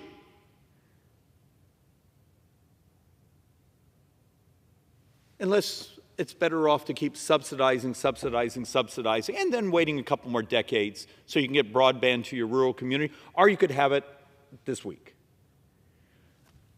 at a fraction of the cost to the U.S. taxpayers. Look, I have a whole presentation, some of you have seen it before, where one of the things the Democrats did 2 years ago is we're going to lower insulin prices. You know what they actually did is they functionally took $16 billion, handed it to Big Pharma, the very pharma they attack all the time, and said, wink, wink, nod, nod. We're going to attack you. You give us contributions, of course. Wink, wink, nod, nod. Here's $16 billion to buy down the price of insulin. So they didn't actually lower it. What they did is they, once again, the Democrat theory is everything's up for subsidization. Subsidize your way because it makes the receivers of that cash beholden. They're rent seekers. All of a sudden you notice that all these folks that are receiving these subsidies happen to keep showing up supporting the left. And what was immoral about that is, 70, 75 miles from here, there's something called Civica RX. Anyone who's crazy enough to watch something like this, look it up. 3 types of generic insulin. It's a co-op. It's a co-op with, I believe, the California Medicaid system, some private insurance companies, some healthcare providers, some hospitals, and they're selling those 3 generic insulins cheaper than the $16 billion subsidized. Why wouldn't this place have done something saying, hey, these things are off patent? We could actually incentivize groups that want to come together and make them cheaper, better, faster, more available. Wow, what a crazy idea. We want to lower drug prices, create competition, but make everyone compete against each other. Make those companies that want the cash subsidy say, screw you, we're going to actually encourage the co-ops to make it. I made these proposals, and you get stared at saying, no, David, you don't understand. We're Democrats. We do subsidization. They don't actually want competition. They don't actually want lower prices. They want people beholden to them. And then they could take part of that cash, part of that $16 billion, and go look up, I'll give you a company name, but I believe there's multiple firms doing that. It's Vertex. Read the articles of what they're doing for type 1 diabetes. They apparently have a number of folks who've actually been cured of type 1. Isn't the cure the morality? Instead, this place is fixated on maintaining your misery. It's immoral, but that's not what this place does. It's in some ways, I believe the intellects around here somehow need your misery, you to be attached to the system. If 33% of all U.S. healthcare is diabetes, why isn't literally every other speaker behind these microphones talking about how we're going to save our brothers and sisters? Now, I accept that's type 2, type 1's autoimmune, this and that, but the concept and the discussions, if you actually read the academic papers, what would happen if just a fraction of that cash went into actually pursuing curatives? The cure is the morality. So let's actually walk through a bit more of my rage, and please forgive me, Madam Speaker Pro Tem. In some ways, this is my therapy, because I get so angry all day long listening to crazy and folks that are a decade out of date in what they think they know, and just saying, but there's a solution. So, economy could be $29.5 billion larger if all opioid deaths since 2018, so it's functionally 6 years, were avoided. You go, huh? Anyone that's following me right now, if you're the opposition researcher for the Democrats who want to just beat the crap out of me, if you think it's moral, go look up fentanyl vaccine. I think it's going into 2A trials very shortly. Apparently it's a protein attacher, makes it so it can't go through the brain-blood barrier. In the last 6 years, 390,000 of our brothers and sisters have died of fentanyl. I think one of my boards here is going to say 345,000 prime age Americans died of fentanyl. That's the morality of this place. Oh, let's give some more money to doing the same thing we've been doing over and over. You know, and think of it as everything from border security policy to the poor, the firefighter who's just trying to save someone who gets exposed. In my county, I had someone tell me that at least my city of Phoenix, there may be 2-3 dead people every single day from fentanyl. So what would happen if I came to you tomorrow and said, hey, they think they actually have, it would be once or twice a year. It's not a traditional vaccine. That's just the language if you look it up. It basically has your body attached to the protein so it can't pass the brain-blood barrier. There apparently is, for a number of narcotics, this type of technology appears to be working. Take a little bit of that money and help bring it to market. Save people's lives. We live in a country where we may be about to have the 5th year in a row where prime-age males are dying younger. In 15, 14 years, America has more deaths than births. 6 years, 390 of our brothers and sisters are dead. And how many times have you seen someone come behind this microphone and even talk about it? So if you want to think like an economist, just think about what you could do to grow the economy. If it's about the money, hey, you see the theme I'm trying to sell here.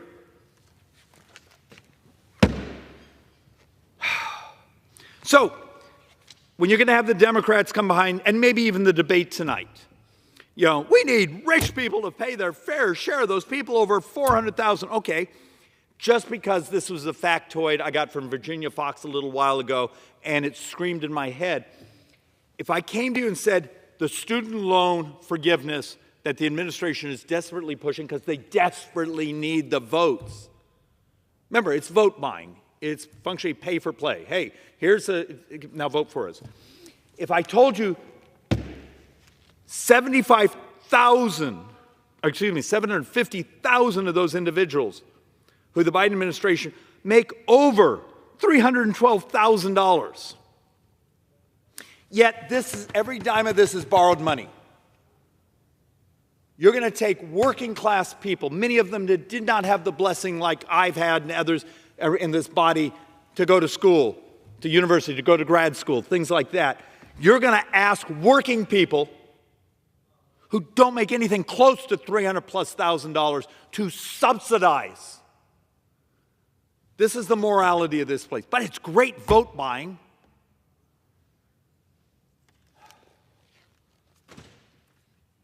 And yet, if I come to you right now, and now we're going to do some of the financial.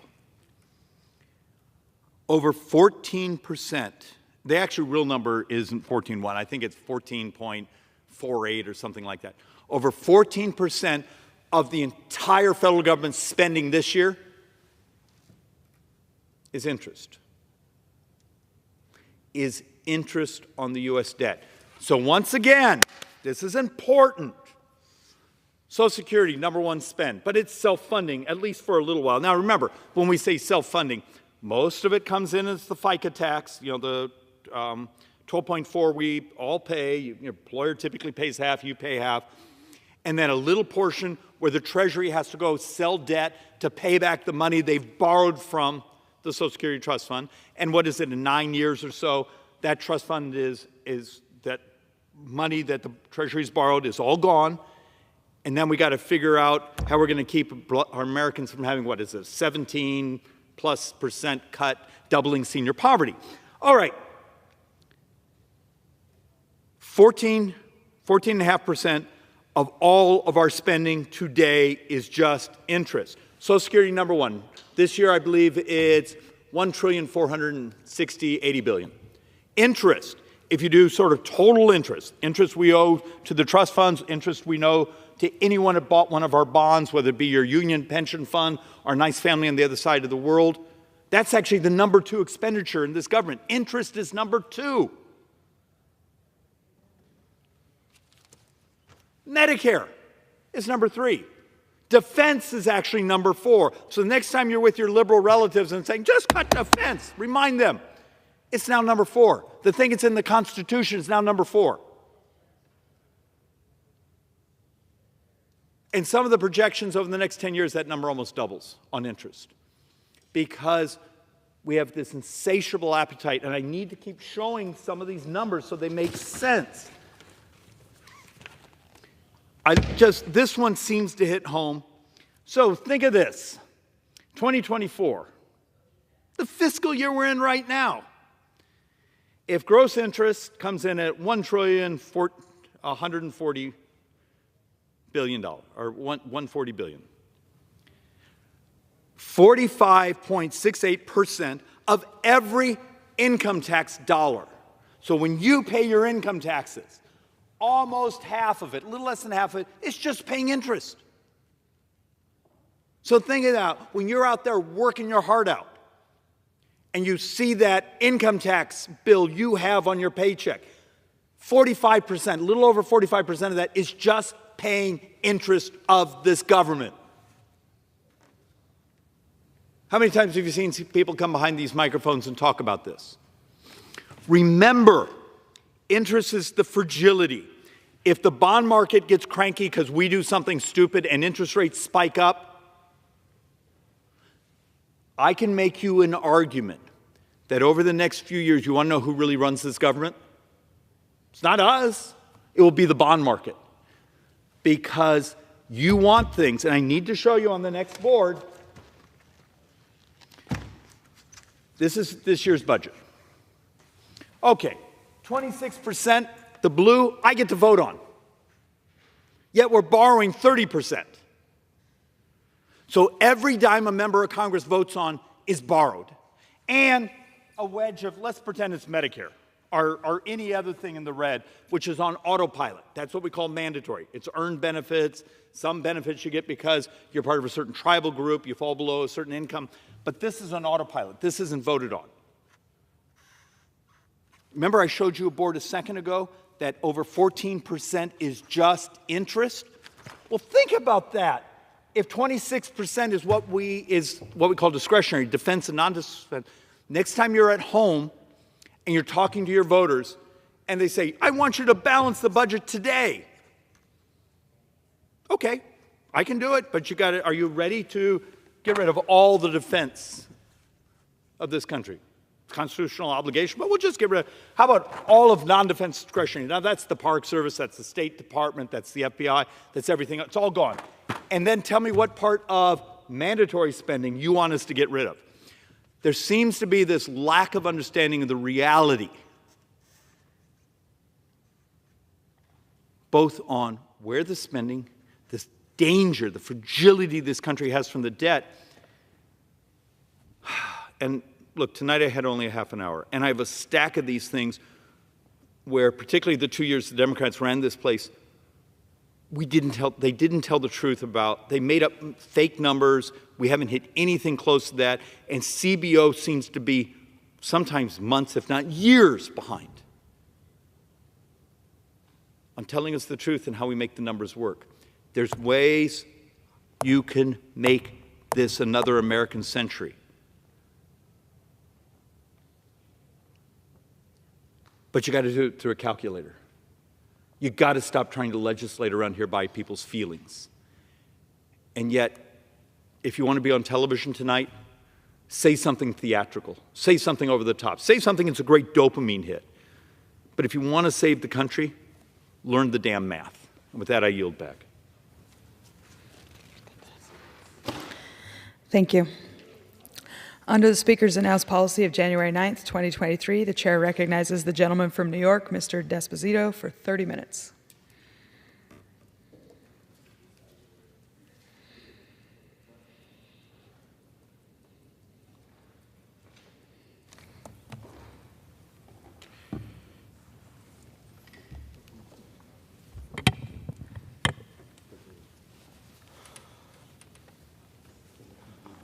Madam Speaker, I ask unanimous consent that all members may have 5 legislative days in which to revise and extend their remarks, and include extraneous material on the topic of this special order. Without objection. Thank you, Madam Speaker. On this date, 23 years ago, 246 people went to sleep ahead of their morning flights. 2,309 people went to sleep in preparation for another routine day at the office. 343 of New York's bravest, 71 of New York's finest, and 8 paramedics went to sleep not knowing what their next shift would bring. And yet, that Tuesday morning, for those of us who were in New York on that day, remember one of the clearest, bluest, most magnificent skies we've laid eyes on. And when you reflect back on the morning of September 11th, 2001, one can't help but think about that, what seemed perfect morning. There was a beautiful blue sky. The temperatures were perfect. And people were beginning their day to what they thought was going to be one of beauty. But in seconds, that changed. Because we witnessed one of the greatest attacks on American soil in our history. And at that moment, not only did downtown Manhattan change, not only did the state of New York change, not only did the United States of America change, but the world changed. And we haven't been the same, nor will we ever be, since. And at that moment, when we were attacked, and so many people ran away from the dangers, there were men and women who stood in the lobby of those buildings, who stood in the surrounding areas, who hopped on rigs in firehouses throughout the city of New York, who jumped in patrol cars and ESU trucks and made their way to downtown Manhattan, running towards the danger. The same way first responders did just miles away at the Pentagon and at that field in Shanksville, Pennsylvania.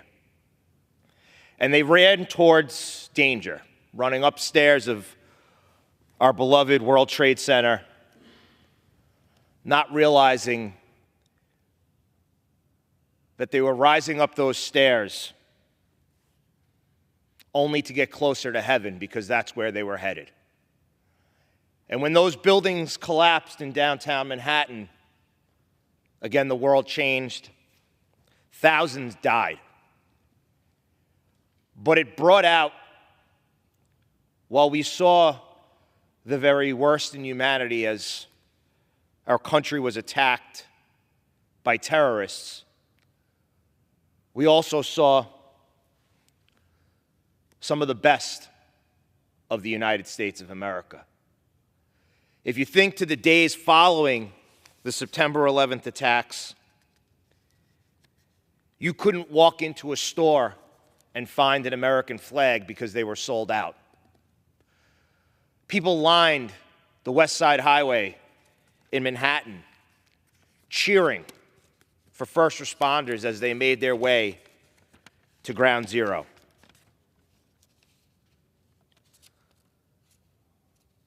People were patriotic.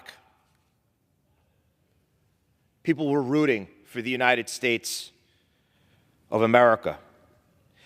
And just this past weekend, I stood in my district, the 4th Congressional District of New York, on Long Island. I stood with former Congressman Peter King and our town supervisor there, Don Clavin, in dedicating a street to a gentleman by the name of Bob Beckwith.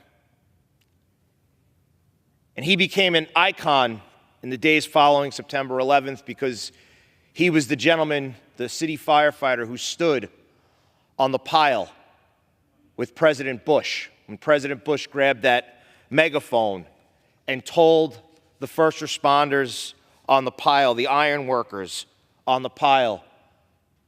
And President Bush said to them, "We hear you. We hear you. The world hears you." And if we think back those now 23 years, a lot has changed. And tonight and tomorrow are an opportunity for us to remember and reflect and to think about our friends and our loved ones, our neighbors who died that day. But it's also an opportunity to honor them. And nearly 2 decades ago, when I took my oath to become a member of the New York City Police Department, I swore to protect and defend the city of New York, but I also made a promise in my heart. And it's the same promise that many first responders make to themselves when they take their oath, and that is to never forget. Never forget our brothers and sisters who made and paid the ultimate sacrifice. But yet, 23 years later, people are forgetting. And that's why I thought it was so important this evening to have this special order and to invite colleagues from both sides of the aisle to talk about not just the horrific events of September 11th, 2001, but the last 23 years. An NYPD detective by the name of Lou Alvarez called the 4th Congressional District home. He was a decorated member of the NYPD, a member of the bomb squad, and served our great department during 9/11 and spent months on that pile digging for brothers and sisters and survivors. And he contracted 9/11 cancer. And instead of spending his final days at home, surrounded by loved ones and family, he spent some of his final days here on Capitol Hill. He was with his family, he was with his friends, he was with his brother and sister police officers and firefighters, but he spent it here on Capitol Hill, advocating and knowing that in just days, he probably was going to pass from this life onto heaven. But he spent his final days here, fighting for funding in the 9/11 health care bill. And that's really one of the things that I want to focus on today, and I hope my colleagues on both sides of the aisle do the same. And realize that on September 11th, 2001, there were 343 members of the FDNY that died that day. Since September 11th, 2001, there's been over 343 more members of the FDNY who have died from 9/11 related illnesses. On September 11th, 2001, 23 of my brothers and sisters from the NYPD died that morning. And since September 11th, 2001, over 375 more have died.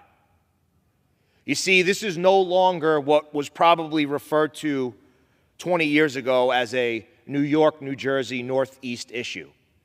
There are people dying from 9/11 related illnesses in every state of this country.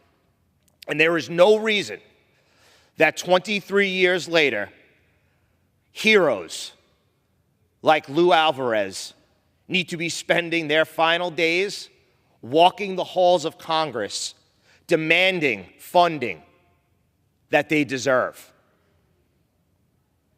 And this is not a partisan issue. I've had the honor to work with Congressman Garbarino, and Senator Schumer, and Senator Gillibrand, and our colleagues from New York and New Jersey to continue to push for this funding. And years back, when the funding was first proposed, there were people from the budget office, there were actuaries who said the funding that was provided would carry us well to the end of the century. They were wrong. They were wrong because more and more people die every single day. And when I hear from some of our colleagues and staff and saying, well, you know, year after year, there seems to be less and less of these 9/11 survivors coming here to fight for the funding, yeah, they are less because they're dying. They're dying because they were told on the days following September 11th that the air was safe to breathe. It wasn't safe to breathe, and they are continuing to die. And unless Congress acts, the World Trade Center Health Program will have to announce in 2027 that responders and survivors who suffer from an illness from their heroic service to our country will not be able to apply for the program. And unless this body does something, in 2028, the program will bar new enrollees and make other anticipated cuts in services. So tonight, I'm not just here to talk about the events of September 11th. We all know what happened. We know who attacked the United States of America. We are thankful for the men and women who not only serve this body, but men and women throughout this country who left the comforts of the United States of America to defend our democracy and to fight terrorism. Tonight, my plea is that we join together. If we all want to say that we never forget, well, then let's never forget. And let's work together to fully fund the 9/11 healthcare program. And with that, I'd like to yield 3 minutes to my good friend and a great supporter of first responders in New York City and throughout New York State. That is Nicole Malliotakis.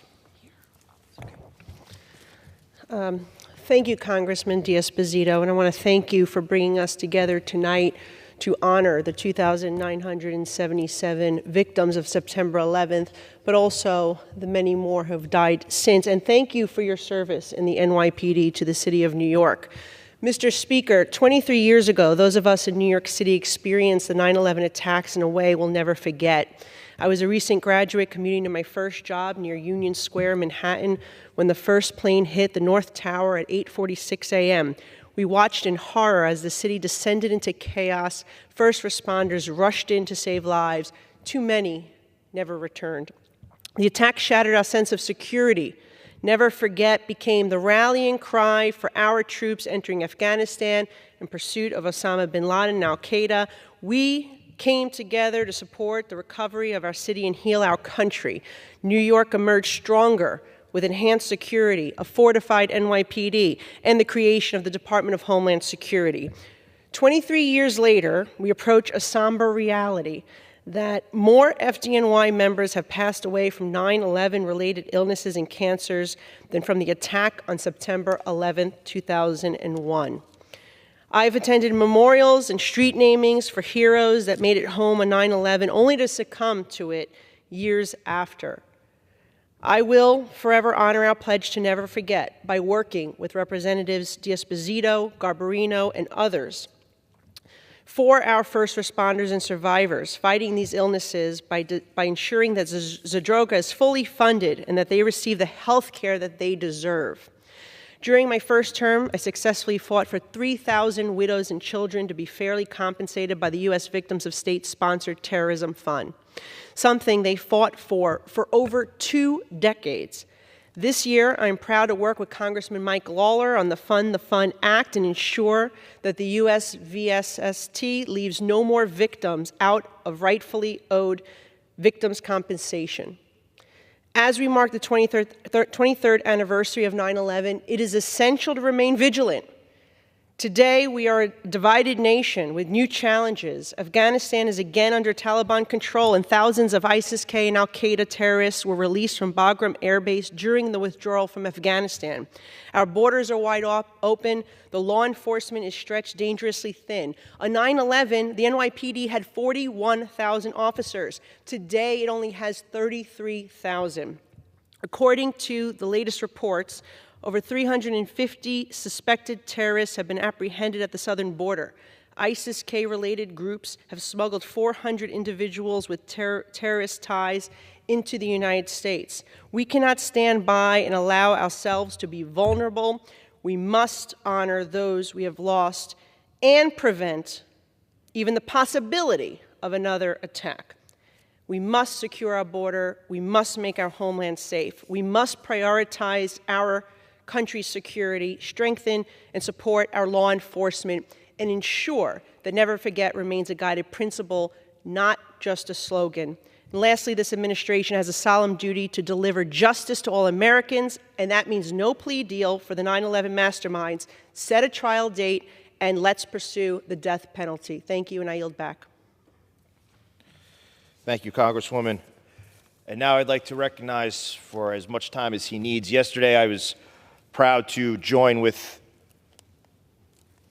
Chairman Mark Green of the House Homeland Security Committee to lead a bipartisan delegation down to the 9/11 Memorial and Museum to give our colleagues an opportunity to witness and understand what is now Ground Zero. And I'm thankful that he joined with us, and I'd like to yield him as much time as he needs. The gentleman from New York, Mr. Kennedy. Thank you, Congressman, and thank you for bringing this special order to the floor here this evening. Today we gather together to commemorate the deadliest attack on our nation's soil. On the morning of September 11th, 2001, extremist al-Qaeda terrorists attacked the World Trade Center and the Pentagon in a plot to undermine our nation's security and our spirit of democracy.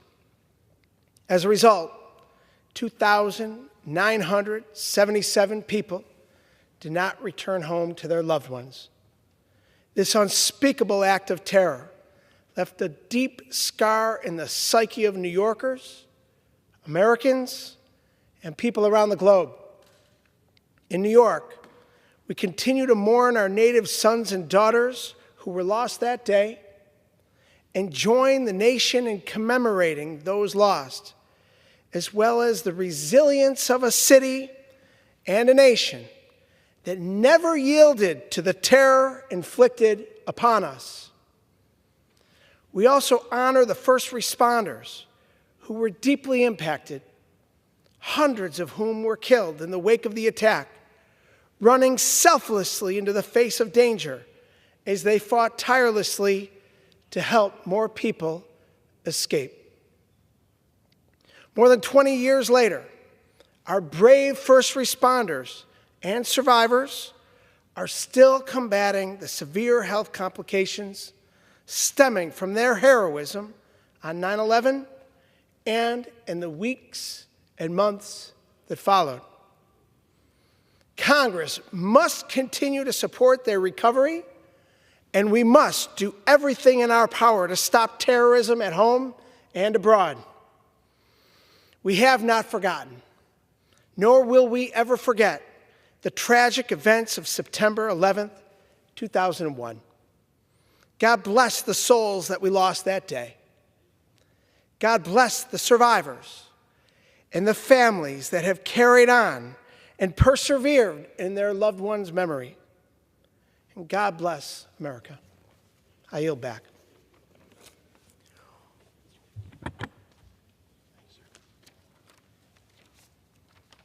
Thank you, Mr. Kennedy. And Madam Speaker, tomorrow is a truly somber day.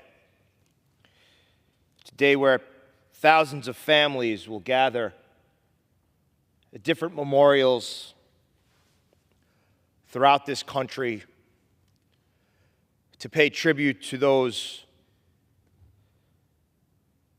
that were taken from us. And as we reflect and remember and pray tomorrow and think about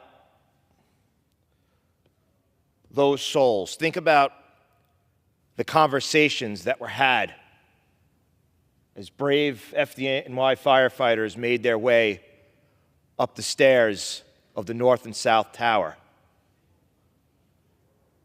Think about the conversations that were had, those Americans aboard the flights. Think about the conversations had amongst those members of law enforcement, the Port Authority, the NYPD, the court officers, who were running towards danger when everyone else was running away. And yesterday when I visited the 9/11 Memorial, I was reminded of something that I think is so critically important about the kind of people that these first responders were. You think about New York and New Jersey and our law enforcement and fire departments, some of the biggest and some of the most renowned in the world. They're also the best trained. And with that training comes a knowledge of the situation that you're dealing with, which tells you that hundreds of the first responders who perished on 9/11 had a pretty good idea of exactly what was going to happen. But they continued to march towards danger.